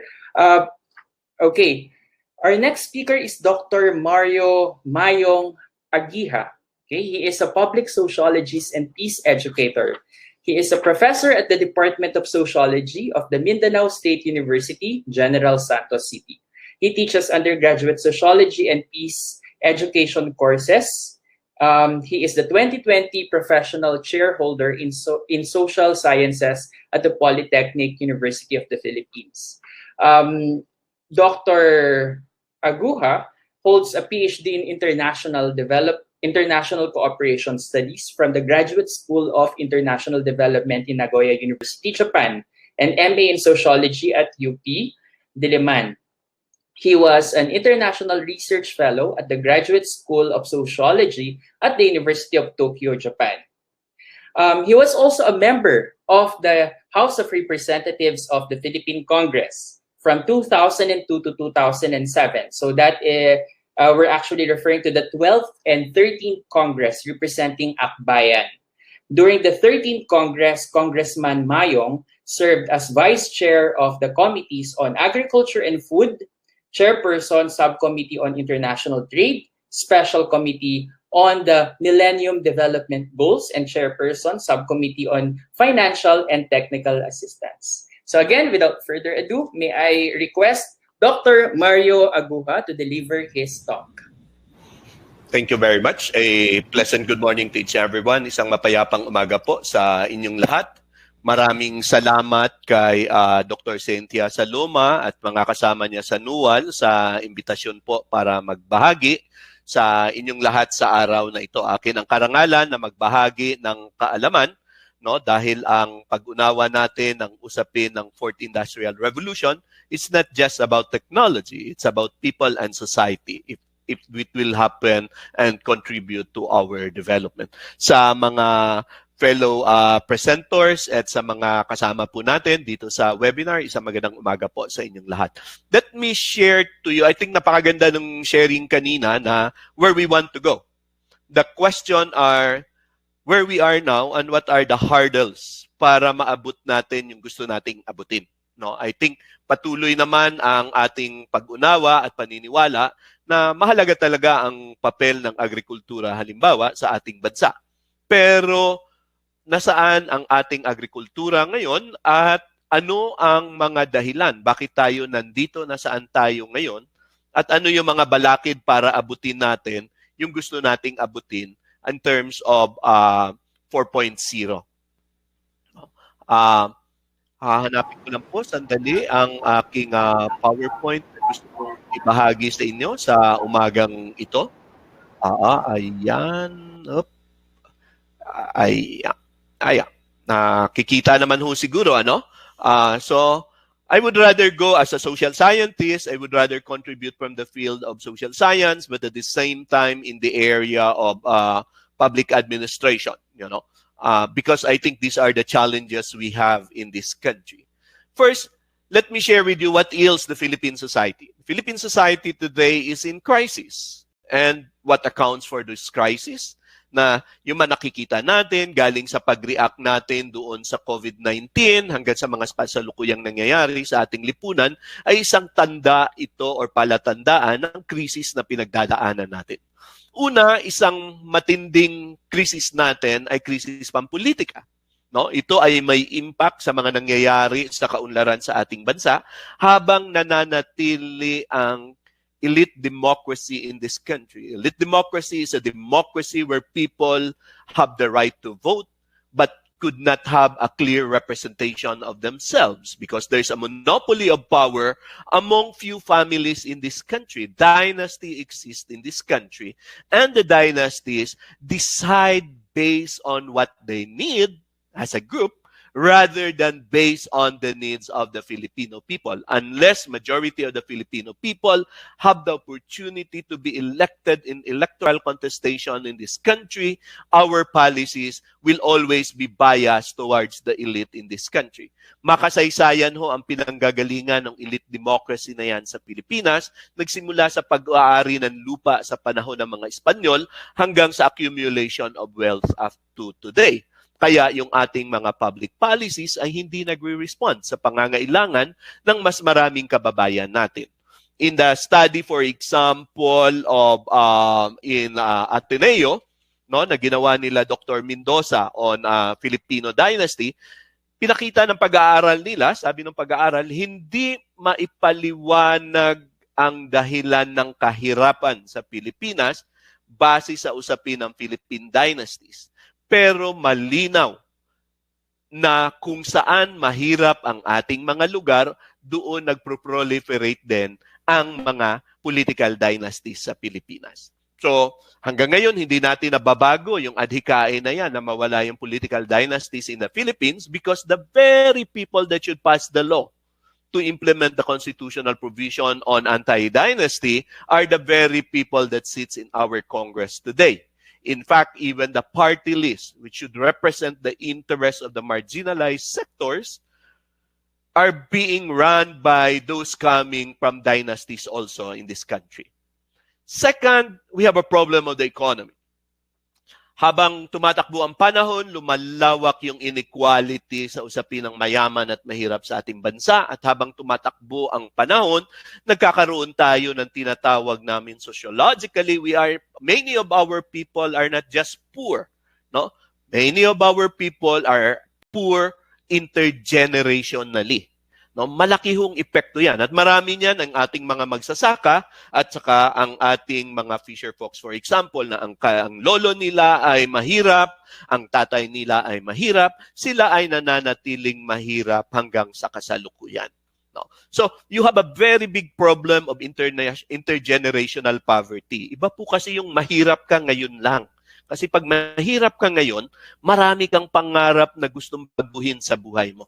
Pero pag nakasanayan mo yung kahirapan, may effect po sa atin culturally. And sociologically, this is what we have a crisis of hope. Many Filipinos, they do not hope that there are things that they can do so much. No? In fact, they rely so much on patronage politics. Many of our people don't count that the politicians we vote on the election will stand for their interest. Kaya, ang nangyayari, nagiging patronage politics yung ating eleksyon. Sabihin ng mga tao, mabuti pa yung tumanggap ka ng pera sa panahon ng eleksyon, at least may natanggap kang pera. Kasi pag nanalo naman yung mga yan, swerte na lang kung maalala ka at mabalikan. Or swerte na lang na gumawa ng polisiya na malinaw na mag-i-epekto sa iyo. Then, goes with intergenerational poverty po ay usapin ng culture of poverty and poverty of culture. Ang isang pamilya na tumira halimbawa sa isang informal settlement for the last 50 years, wala siyang ilaw, wala siyang CR, one room lang yung bahay nila, after 40 years, all these things becomes normal. No? People that will not quest for better things in life because they get used to it, and that's a problem of a culture of poverty. Because kung may kultura kang ganun, paano natin sisirain yung kulturang yan para palitan ng culture of innovation?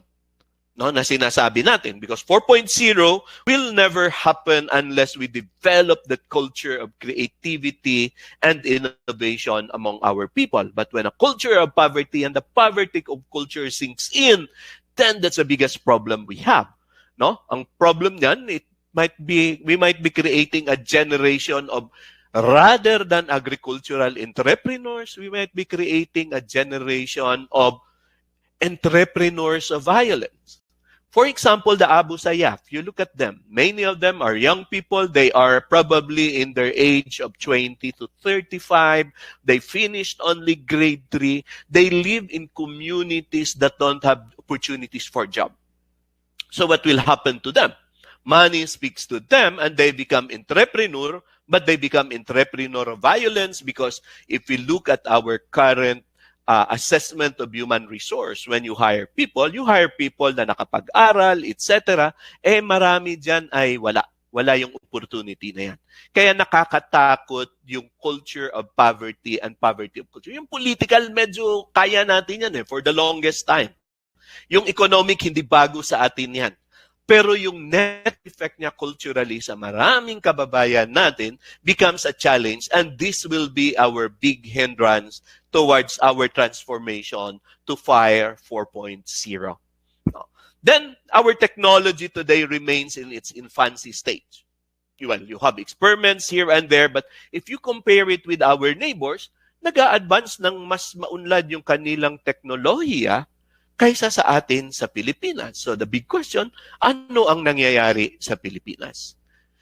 One of our weakness in governance, let me take it as in governance. Governance means the way we manage our resources in this country. And according to Dr. Onofre Corpus, one of the known scholars that studied the economic history of the Philippines, one of the bright guys in this republic during the time of the Marcos dictatorship, at isang expert in governance, sinabi ni Corpus na una, ang malaking problema nating Pilipino, wala tayong sense of history.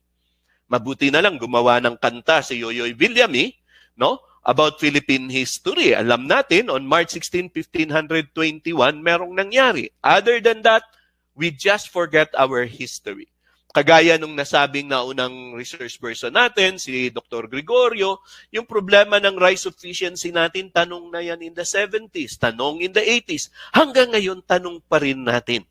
Why? Because we lack that sense of history.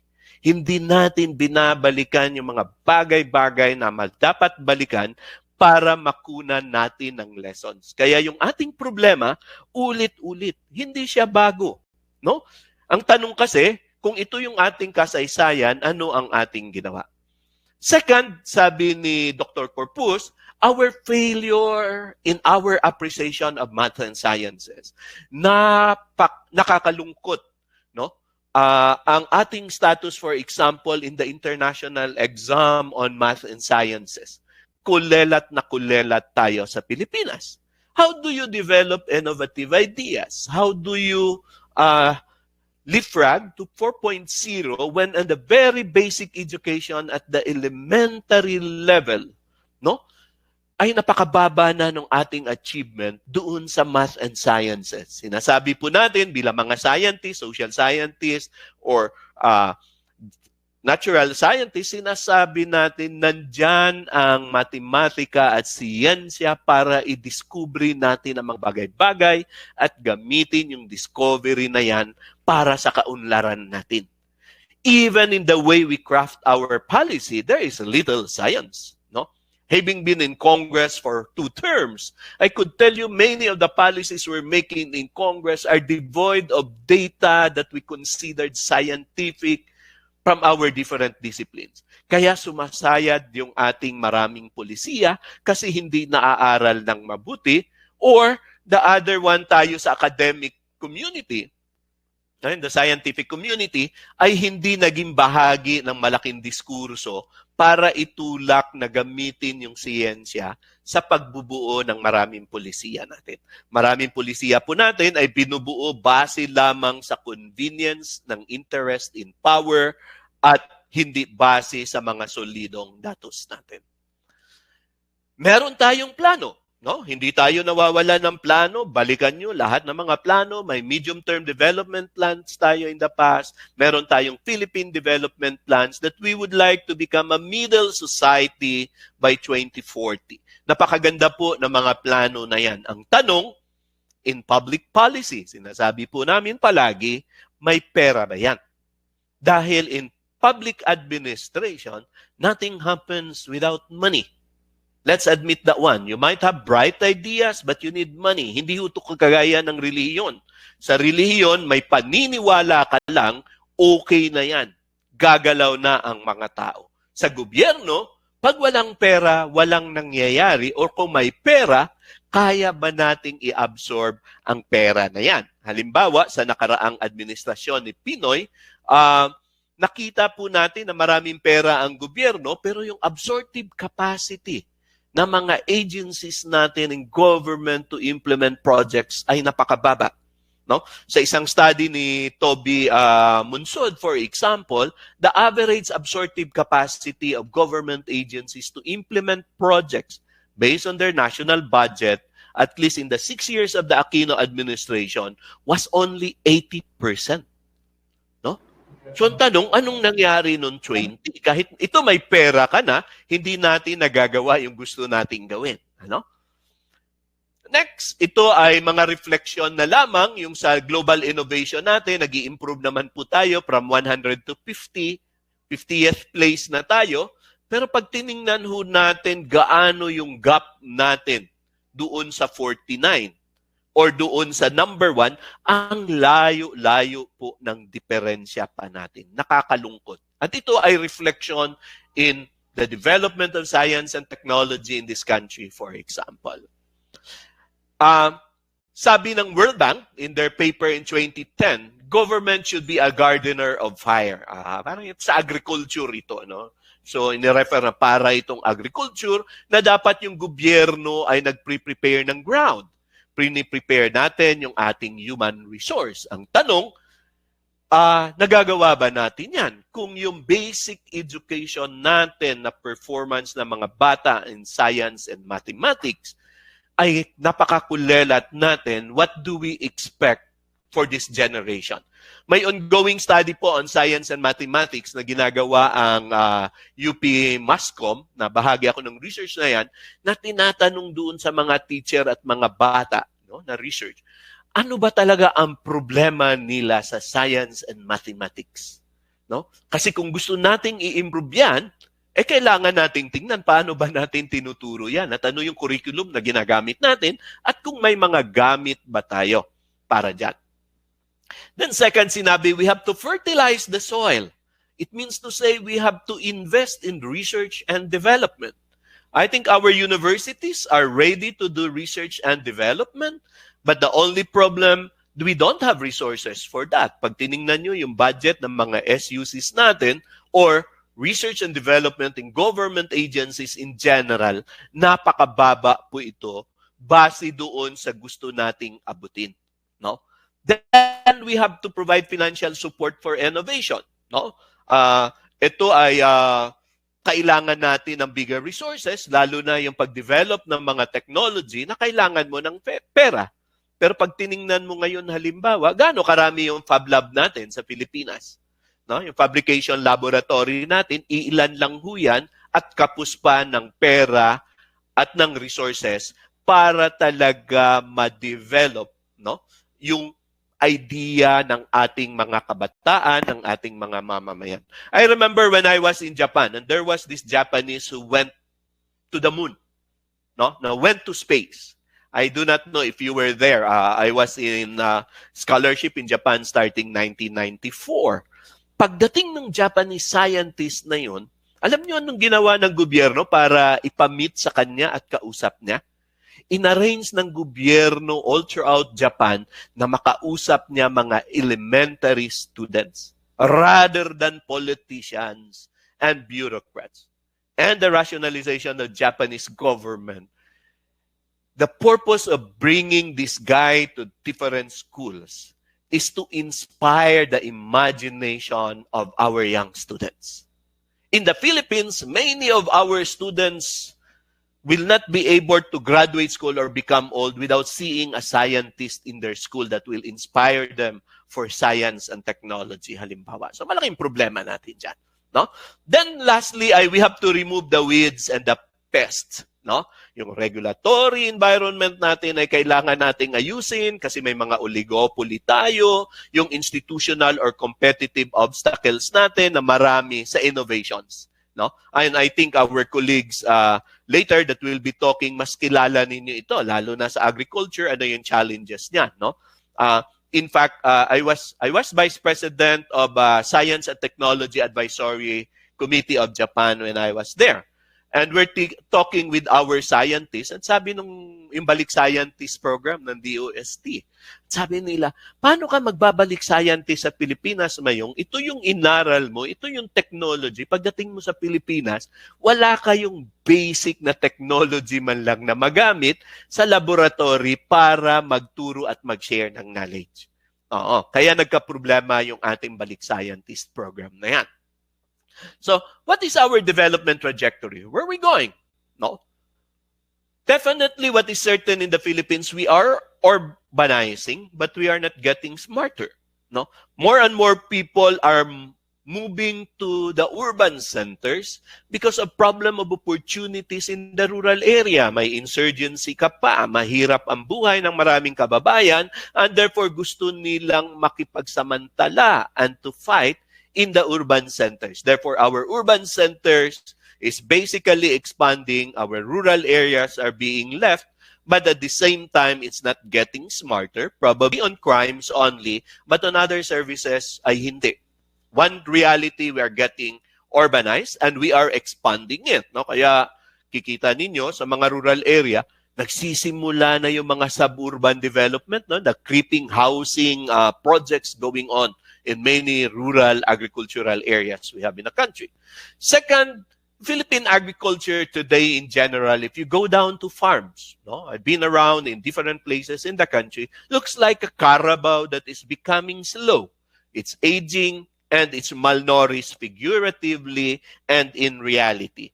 In fact, our data on Philippine agriculture, from our government itself, the share of agriculture in the gross national product is going down. No? And we have to do something on this. We have said this. Past scholars have said about it. We have to do something in our agriculture. And yet we have not heard and learned our lessons because every time we change government, we change the policy, kaya hindi nagiging sustainable yung development natin sa agriculture. And you all know, for example, to develop agriculture, it takes time. You cannot do it in a cycle of 6 years when you have a new president. No? May kultura pa tayo kahit sa local na pagbago yung mayor, bago lahat ng bagay. Bago din pati yung iyong mga agricultural technician. No? Nag-decentralize tayo, nagkaroon tayo ng problema ng maraming technicians, halimbawa at the local level. These are clear issues of governance. No? Then the country is currently in the state of technological progress that is characterized by oligopoly. Nakita naman ninyo yung ating mga telcos, for example, kaya letse-letse tayo, halimbawa sa usapin ng hybrid learning, for example. No? My God, how do you do that? Yung estudyante sa lugar nila walang signal. Ako, may estudyante, he gets a signal every day pag umakyat siya ng puno ng nyug. And we are talking of 4.0 technology, but the basic IT infrastructure is not even there. No? Because you have oligopoly, no? Monopoly of few, you have the rent-seeking attitude in the bureaucracy and in the communities. May mga community, maraming lords. Kaya yung mga lords, rent-seeking yan. No? Coming from whether NPA yan, drug lord, warlords, etc., bago ka makapagtayo ng tower, halimbawa, nanghihingi ng renta sa iyo yan. No? Parang protection money. Paano ka nga naman uunlad niyan? No? Then the bureaucratic inefficiency. I think we've heard already this problem. Just to get a permit to put up a tower, for example, you have to go a lot of people and agency just to do one tower. Then our problem of investment. I think we are not putting our money where our mouth is. No? If you look at the budget, for example, of the DICT, napakababa nung budget ng agency na yan for 2021. In fact, our agriculture only have a budget of about 60 billion for next year. So anong maaabot ng 60 billion mo na yan? Maliit po yan. So the challenge is how does fire, no? The convergence of technologies, especially the frontier technologies such as robotics, artificial intelligence, the Internet of Things, and three-dimensional printing creates an inclusive and human-centered Philippine future. Ako, I do agree that while we do design thinking, we also do futures thinking. And the heart of it is basically how to make it inclusive and human-centered, because this is one of the biggest problem we have in this country, that a lot of people are excluded. No? Maraming kababayan natin na sa usapin ng kapangyarihan ay nasa laylayan ng ating lipunan.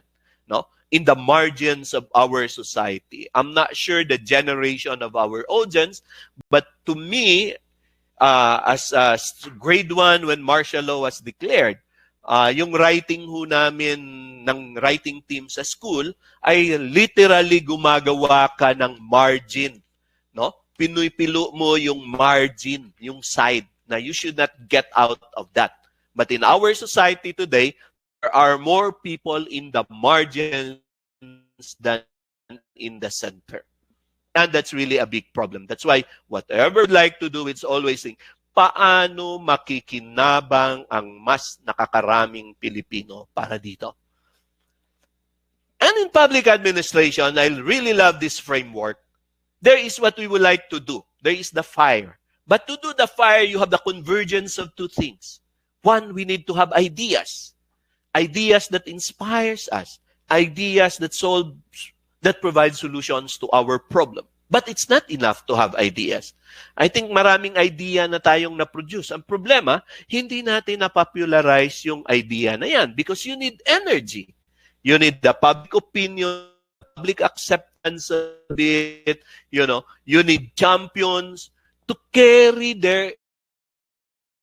these ideas over time, space, and through different sponsors so that it will never happen. Ideas are only as good as they are implemented and become part of public policy. Sa COVID na lang, makita natin yung kakulangan natin ng technology, no? I-imagine nyo paano ginagawa yung tracing, mano-mano. Ay, Diyos ko Lord. Oo, na-infect ng bimbong community, pati yung nag-trace, na-infect na, hindi pa rin natin natitrace saan ang gagaling. Because hindi nga bahagi ng psyche natin yung paggamit ng technology. So, what is important for us is we use ideas to inspire and propagate that one. And at the same time, we make sure that there are nabivet ito at napoprovidean ng energy para maging bahagi ng public policy. Kaya po yung last na discussion ng National Research Council of the Philippines in Division 8 in the Social Sciences, ang diskursuho namin, tayo, dami-dami nating scientists, dami nating ginagawa, dami nating pinapublish. Tanong, sa mga pinapublish ba natin, meron bang nangyari? Nagkaroon ba ng impact? No? Kasi ang iba ay masaya na lang nakapag-publish sila. I think as a scientific community, we should also make sure and create an energy, and therefore this is a project of NRCP, that we engage the centers of power. For example, in policy work in Congress or in the local government units, dadalhin natin yung ating science, no? Para makakuha tayo ng support, ng sponsors, then eventually we will be able to do it. Without doing such, our researches that was product of scientific knowledge that inspired a lot of us, that made us promoted in the academe, will continue to gather dust. No?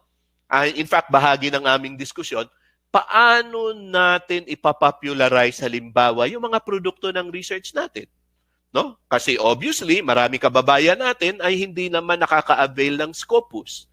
No? Marami rin sa atin hindi nagsusulat sa newspaper na ibahagi yung opinion na yan at mag-generate ng idea and energy for the ideas that we have produced. So, yun yung mga ilang na kailangang gawin, tatingin ko, para mangyari yung fire. Kasi we like it or not, we need to fire ourselves.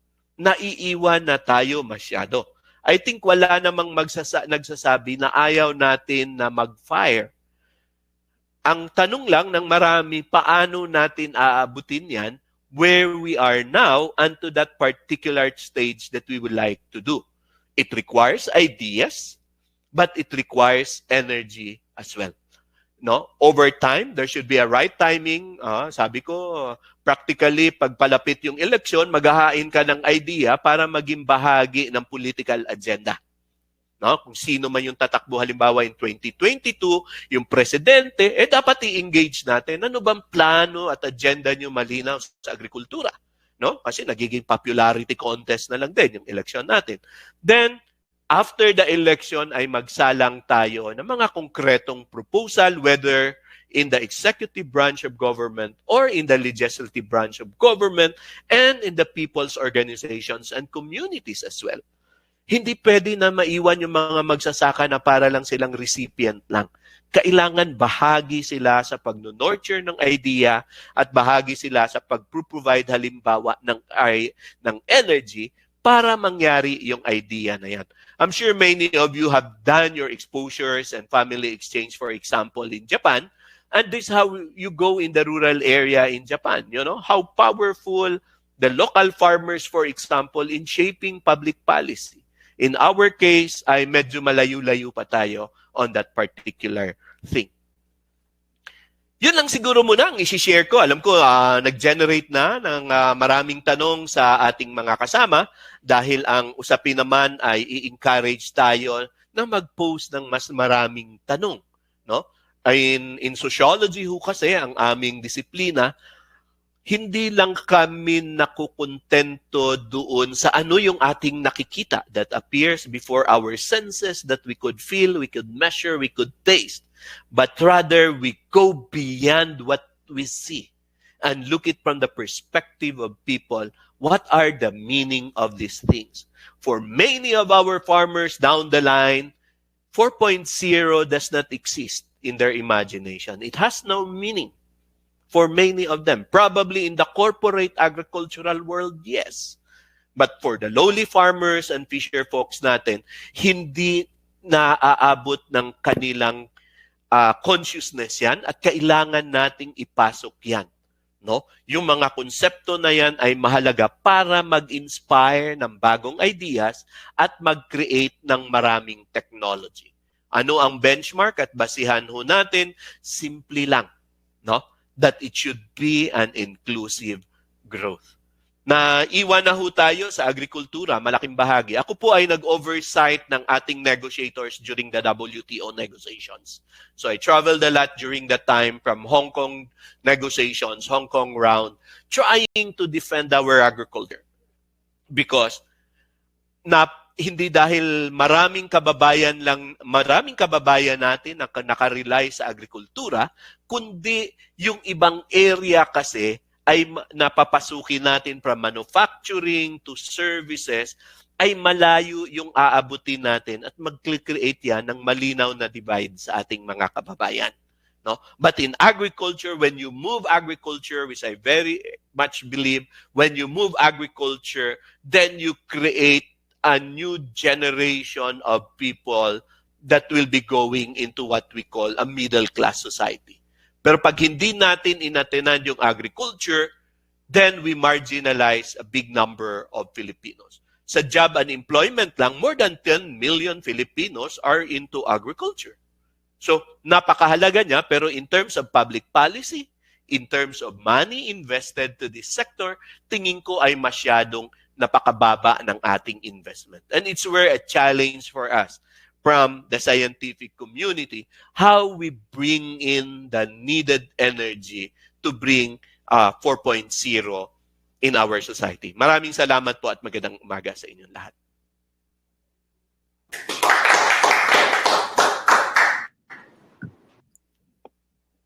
Maraming salamat din po, Dr. Mayong. Napakagandang presentation. No? It's actually very informative, very insightful, and I'm sure that a lot of our students and audience are already preparing their comments and questions for Dr. Mayong. But while they're writing, siguro, let me just emphasize some of the things that Dr. Mayong mentioned. No? Basically, maganda yung remind mo sa amin, no, about the role of the government as the gardener of fire. I'm actually very impressed, no, with that kind of idea, and a very clear role of governance of course in ensuring that we have very efficient and very effective policies. No? So thanks for those kinds of ideas and comments. Now we have, I think I'm seeing some questions here. Let me just read some, no, from our presentation from one of our speakers later, Dr. Talyada. He mentioned that government agencies have low absorptive capacity of allotted budget because of the dreaded procurement law. Are there any move in Congress to improve this, especially for research and development? And I think related to that, he's also saying that our agricultural system is really getting worse. Innovative government teachers are becoming rare.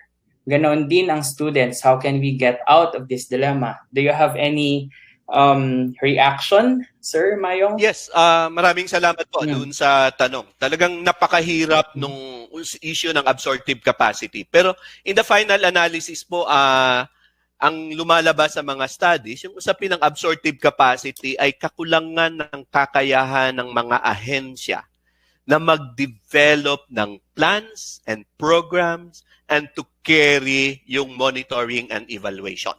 No? Alam nyo naman, in the local government, for example, na level, ay masyadong manipis yung professional planners mo. No? Kaya nga ngayon, we are making it mandatory na dapat ay mga professional planners dahil masyadong napolitika yung sa baba. Pangalawa, in the national agencies, that's also a problem. no? Kaya yun yung weakest link natin sa gobyerno. Pag tiningnan nyo at the private sector, merong dalawang opisina na magkaiba. In the government, one of the weakest office in the government is planning. No? Yung mga tao na walang mapaglagyan, ilagay na lang sa planning. No? So, nag-suffer yung planning natin. Kasi dati, yung NEDA, siya talaga yung anchor for planning. But when we decentralized already, nawala yung expertise na yan doon sa baba. No? There were many studies that tells us this is a basic problem for development work in the Philippines. Second ay mahinang ahensya ng pamahalaan compared to private sector. For example, are human resource development, yung HR. No? Yung HR ay usually tapunan din ng mga tao. Dahil wala mapaglagyan, ilagay na lang sa HR. When you go in the corporate world, no, HR is a powerful office, no? And as well as yung planning. Kaya naiiwan tayo dyan palagi. Yung procurement, nagiging excuse po. Oo. Kasi naman, I think with the innovation in the law na, what you see in the national budget, that is your money. In the past kasi, hanggang wala ka pang obligations, hindi mo pa pwedeng i-bid. Ngayon, actually, pag nakita na yan doon sa national budget, sa GAA natin, pwede ka nang magsimula ng bidding process. Oo, short of award. Short of award, kasi good as cash yan eh. So atin pa, January, pwede ka nang gumawa niya. Pero may mga agency naman tayo, halata naman masyado, no? Nagbibidding ng mga malalaking project ay November na. Dahil nga, kulang yung planning office mo na dapat siya ay nagplaplano niya na January, ito yung ating mga ginagawa sa ating opisina. No? So, yun ho yung isang I think ko na kailangan nating tingnan. No? Becomes an easy excuse for people. But pag nirelax ho kasi din natin yung ating procurement, some of them are horrible concept. I think it needs review as well. I do agree on that. But because gumawa tayo ng batas na yan, dahil nga sa napakalaki ng nakawan sa gobyerno. Eto ngayon, meron ka ng policy on procurement, marami pa rin pong nakawan. No? Mahigpit na yan, ha? Marami ka pa rin ghost projects na nangyayari. Halimbawa, yung DPWH ngayon na pinag-uusapan, how could it happen? No? Na meron ka ng mahigpit na batas. Sa Congress, meron kaming joke dyan that is not known to the public. Common na kwentuhan sa mga kongresista, yung farm-to-pocket roads. Ito yung pork barrel. Yung farm-to-pocket roads, yan po yung madali na pork barrel na galawin. Ito yung magpapagraba ka lang. No? Graveling lang. Kaya tataka ka, bakit maya-maya may nagra-gravel? No? Tapos yung naguhulog dyan ng graba mo ay pakunti-kunti. Kasi yan po yung madaling ayusin na kuna ng pera. Bakit? Walang proof of the crime yan. No? Matapos mong i-grader, tapos na. Pag nawala, manipis, dinaanan ng ulan, dinaanan ng mga tao. Hindi kagaya ng concrete roads yan. No? May proof of the crime. Kasi titingnan mo yung kabilya, kung tama, pwede mong titingnan yung mixing ng simento, kung tama, at saka yung haba niya, mahuhuli ka. Pero yung farm-to-pocket roads na tinatawag, yan yung pinaka-paborito ng maraming mga kongresista natin. Doon sa innovation, we really need, I think this is really a collective problem for us as scientists. While you are busy with your work, how do we contribute in enriching and inspiring our teachers? Lalo na sa elementary level po. No? Iba pang usapin kasi yung kung meron silang mga gamit. I think yung mga gamit ay second. Pero yung spirit of inspiring them to have that inquisitive mind, just like many of you, ay mahalagang gawin sa mga teachers natin. But many of our teachers did not have an opportunity to meet scientists like you in the field, no, that talk to them as flesh and blood and tell your stories. This is how you improve yourself. No? Natali sila sa mga module na lang. At kung ang module, yun na lang yung inuulit-ulit. So, we are creating a generation. Ito yung aking kinakatakutan. We are creating a generation that is not ready for 4.0. No? Yun yung problema natin ngayon. Kaya medyo kailangan nating i-upscale at seryoso talagang tingnan yung ating basic education. Yun po. Salamat po. Okay, maraming salamat po. Meron pa isang tanong dito. Monetize innovation, especially farmers adopting, nawala. Adopting innovation should be subsidized, but still policy level yung changes, which is not. So I think his question here is, how do you see public-private partnership as a way for innovation? Yeah. Yes. Incentivize, I agree with that. Doon nga sa war on drugs natin, i-incentivize yung mga pulis na makapatay. No? Bakit hindi yung innovation ng ating mga magsasaka? We really lack recognition kasi dahil wala sa consciousness yung kahalagahan. And I think it's a responsibility for us, if there are opportunities, to really award for innovations. No? Not only for agricultural sector, even in government offices and agencies. When I was sitting in the Board of Trustees of GSIS, we have a praise program that provides awards for innovation of employees. It saves money, but beyond saving money, it boosts the morale of the employees and develop the thinking that if you use your mind scientifically, then there will be a reward for that. So, mahalaga siya na i-incentivize. Public-private partnership ay mahalaga, no? Kailangan lang natin talaga, at least at the national level, ito yung madugo. No? Kasi madali hong sabihin yung public-private partnership, pero kailangang aralin natin paano ba na masisiguro na at the end of the day, yung public at private partnership na yan ay makikinabang yung publiko. Kasi sa public-private partnership, hindi kasama yung public.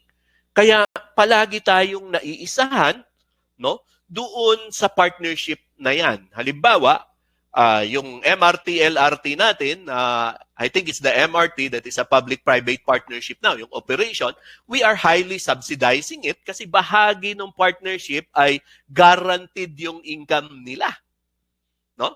So, every time, kahit inefficient sila, dahil inefficient sila, so mababa yung kanilang income, sinasubsidize natin palagi sa gobyerno, charged to the overall taxes ng ating mga kababayan.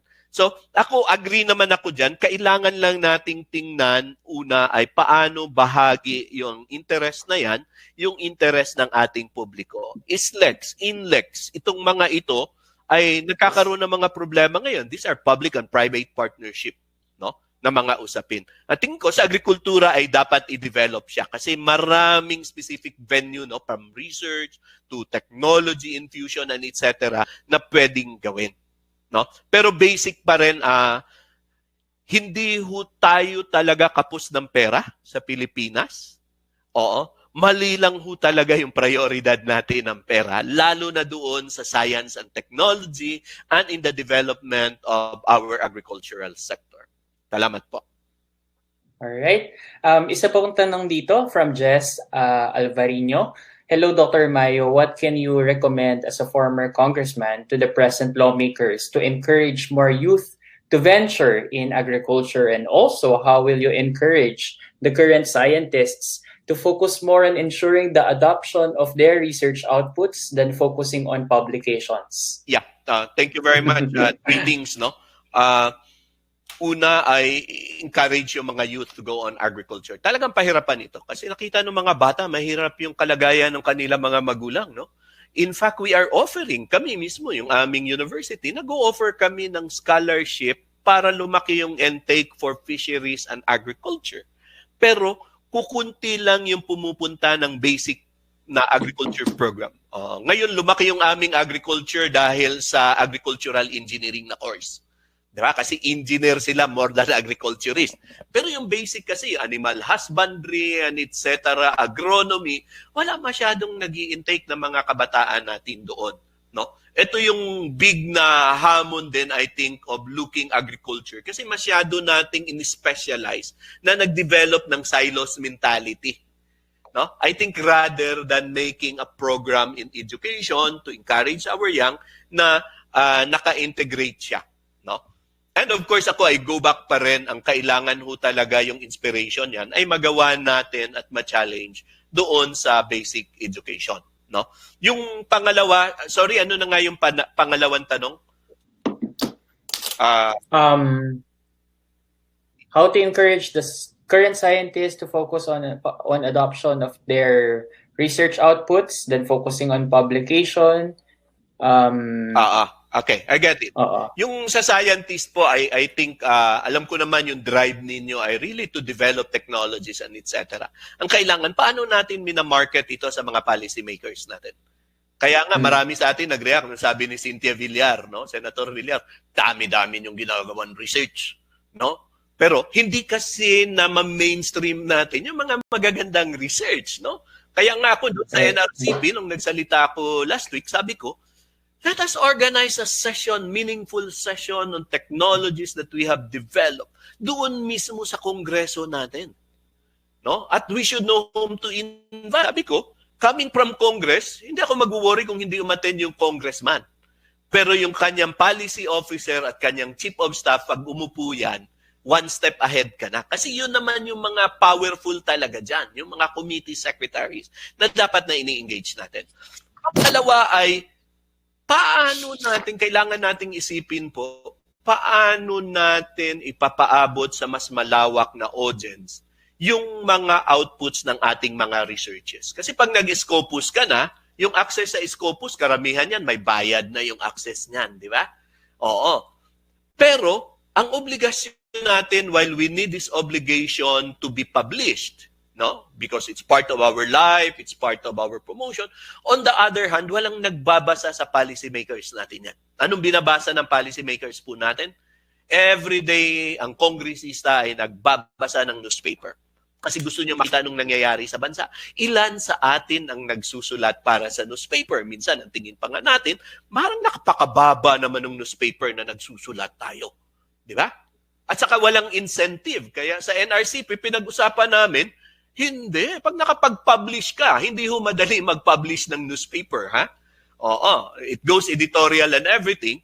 Pag nakapag-publish ka, dapat ito ay may incentive din. No? Parang kagaya nag-publish ka sa isang journal. Pag yung technology na na-develop based on research ay in-implement, halimbawa ng isang local government, dapat ay may points din yan sa atin. No? That's how we incentivize. But at the same time, yung hamon ho sa atin, how do we popularize? Kaya meron nung tinatawag, di ba, popular science, you know, that tickles the imagination of the young people. I think kailangan nating bumalik nun as scientists today, go down, inspire people, and bring it in their consciousness, gaano kahalaga ito. Because without doing that, we are not helping the discipline where we are in. No? Because at the end of the day, we have to engage in the public realm at kailangan nating i-engage talaga doon sa usapin ng public policy. Maraming salamat po. Okay, maraming salamat po. Well, siguro po last na to, it's not really a question but a comment from Maricel Salatri, one of our alumna. Just to share, under the 2017 to 2022 Philippine Development Plan, one of the strategies is to increase the share of agriculture, fisheries, and forestry, research and development, government budget to total AFF gross value added from 0.3% in 2015 to 1.1% in 2022. The problem perhaps on operationalizing this strategy and identifying which R&D should be prioritized that would have a greater impact to small farmers and fisher folk. Okay. Any quick comment? Mahalaga yan. At kailangan talaga nating i-engage the scientific community na pag-budget na usapin, engage tayo. More talking as scientists rather than just part of government agency. Kasi, hindi meron ng abuse kasi no? Yung bureaucratic abuse na ito lang yung bibigay, etc. So kailangan nating ihamunin yung thinking na yan. Kasi meron namang plan. Ako, maganda naman yung plano. Paano siya i-achieve yung plano? And in public policy, I always say, what is public policy? Public policy where money is. You look where the money is. If the money is not there, that's not the priority. Kasi hindi nga siya mai-implement. So, ako yung bias ko po ay gumawa ng lobby group ng mga scientists na coming days na para marinig natin. Halimbawa, kayo ay mga agriculturists na marinig yung boses at opinion natin sa pagbubuo ng budget. Hindi lang yung Department of Agriculture ang pinapakinggan, kundi tayo mismo, no? from the science field and etc. At yung ating mga organization ay mahalaga kasi in my life in Congress, very few professional organization I have seen that came to Congress and spoke. At malaki yung espasyo dyan na pwede nating gampanan para sa pagtutulak ng 4.0. Thank you very much. Thank you very much. Again, napakalinaw ng mensahe sa atin ni Dr. Mario Aguja, and nagpapasalamat kami, sir, sa pagpapaunlak mo sa amin. Kinagagalak namin na nakasama kayo this morning. The message is very clear. You were able to really inspire our students and even our scientists who are listening right now. I think we really have to emphasize yung challenge that Dr. Mayo mentioned a while ago, that we're really hoping that we have an inclusive, human-centered Philippine future. So I think that's a very important consideration for us as scientists, social scientists, and even students who are listening right now. So again, nagpapasalamat kami, at bilang tanda ng aming pagpapasalamat, we will be offering a certificate of appreciation. Okay, so this certificate of appreciation again is signed by our organizing committee and president of NUWAL PH. Let me read the content. Nagoya University Alumni Association Philippine Branch presents this certificate of appreciation to Dr. Mario Aguja in grateful recognition for his contribution as speaker during the NUWAL PH webinar series with the theme Getting Smarter Under Fire, a webinar on agriculture in the age of Fourth Industrial Revolution. Okay, hosted at the PhilRice Research Institute, Science City of Muñoz, Nueva Ecija, Philippines on 11 December 2020, signed by Dr. Rodmir Datoon and Dr. Cynthia Saloma of NUWAL PH. Again, thank you very much, Sir Mario Aguja. Maraming salamat po at maraming salamat. Okay, so that basically concludes our morning session. Now we will have an afternoon session. Sorry? Before you wrap up, okay. Let me also send a certificate of appreciation to you. Okay. So, grateful recognition for your invaluable contribution as moderator during the NUWAL PH webinar series with the theme Getting Smarter Under Fire, a webinar on agriculture in the age of Fourth Industrial Revolution, hosted at the PhilRice Research Institute, Science City of Muñoz, Nueva Ecija, Philippines on 11 December 2020. Signed, Dr. Rodmir F. Datoon and Dr. Cynthia P. Saloma. Thank you very much for this certificate. I really appreciate it, sir. Dr. Ruel. Now, some few announcements before we take a break. So, we have 3 speakers this afternoon. Our first speaker, supposedly he was scheduled to present this morning, but because of some logistics and some considerations, we have to move him to the afternoon session. So the first speaker would be Dr. Jasper Talyada, Supervising Research Specialist of the Philippine Rice Research Institute. And the other presenters are Mr. Ruel Amparo, CEO of Cropital, and of course we have the organizer of this webinar, Dr. Rodmir Datoon, Assistant Professor from the University of the Philippines, Los Baños. So again, we have 3 presentations this afternoon. And then, may I just add that there are questions asking about a copy of the presentations of our speakers. We will be asking them if they are willing to provide a copy of their presentation, and if they're willing, you can. We will be sending it to you if you email us. So please, again, email the organizing committee of the conference. You can also email NUWAL Philippines. Let me give you the email address of NUWAL.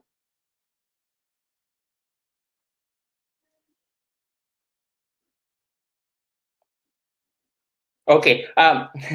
We will just post it later in the afternoon session. But please coordinate with the organizers of the conference if you want to obtain copies of the presentation. Okay. Again, thank you very much for attending the morning session. Dr. Ruel, do you have any other announcement? Yes, sir. For this afternoon session, so you can use the same link. So we'll start at around 1:30 p.m. Okay, thank you very much. All right. So again, 1:30 p.m. for the afternoon session of our webinar. So see you later, and thank you very much for attending the morning session.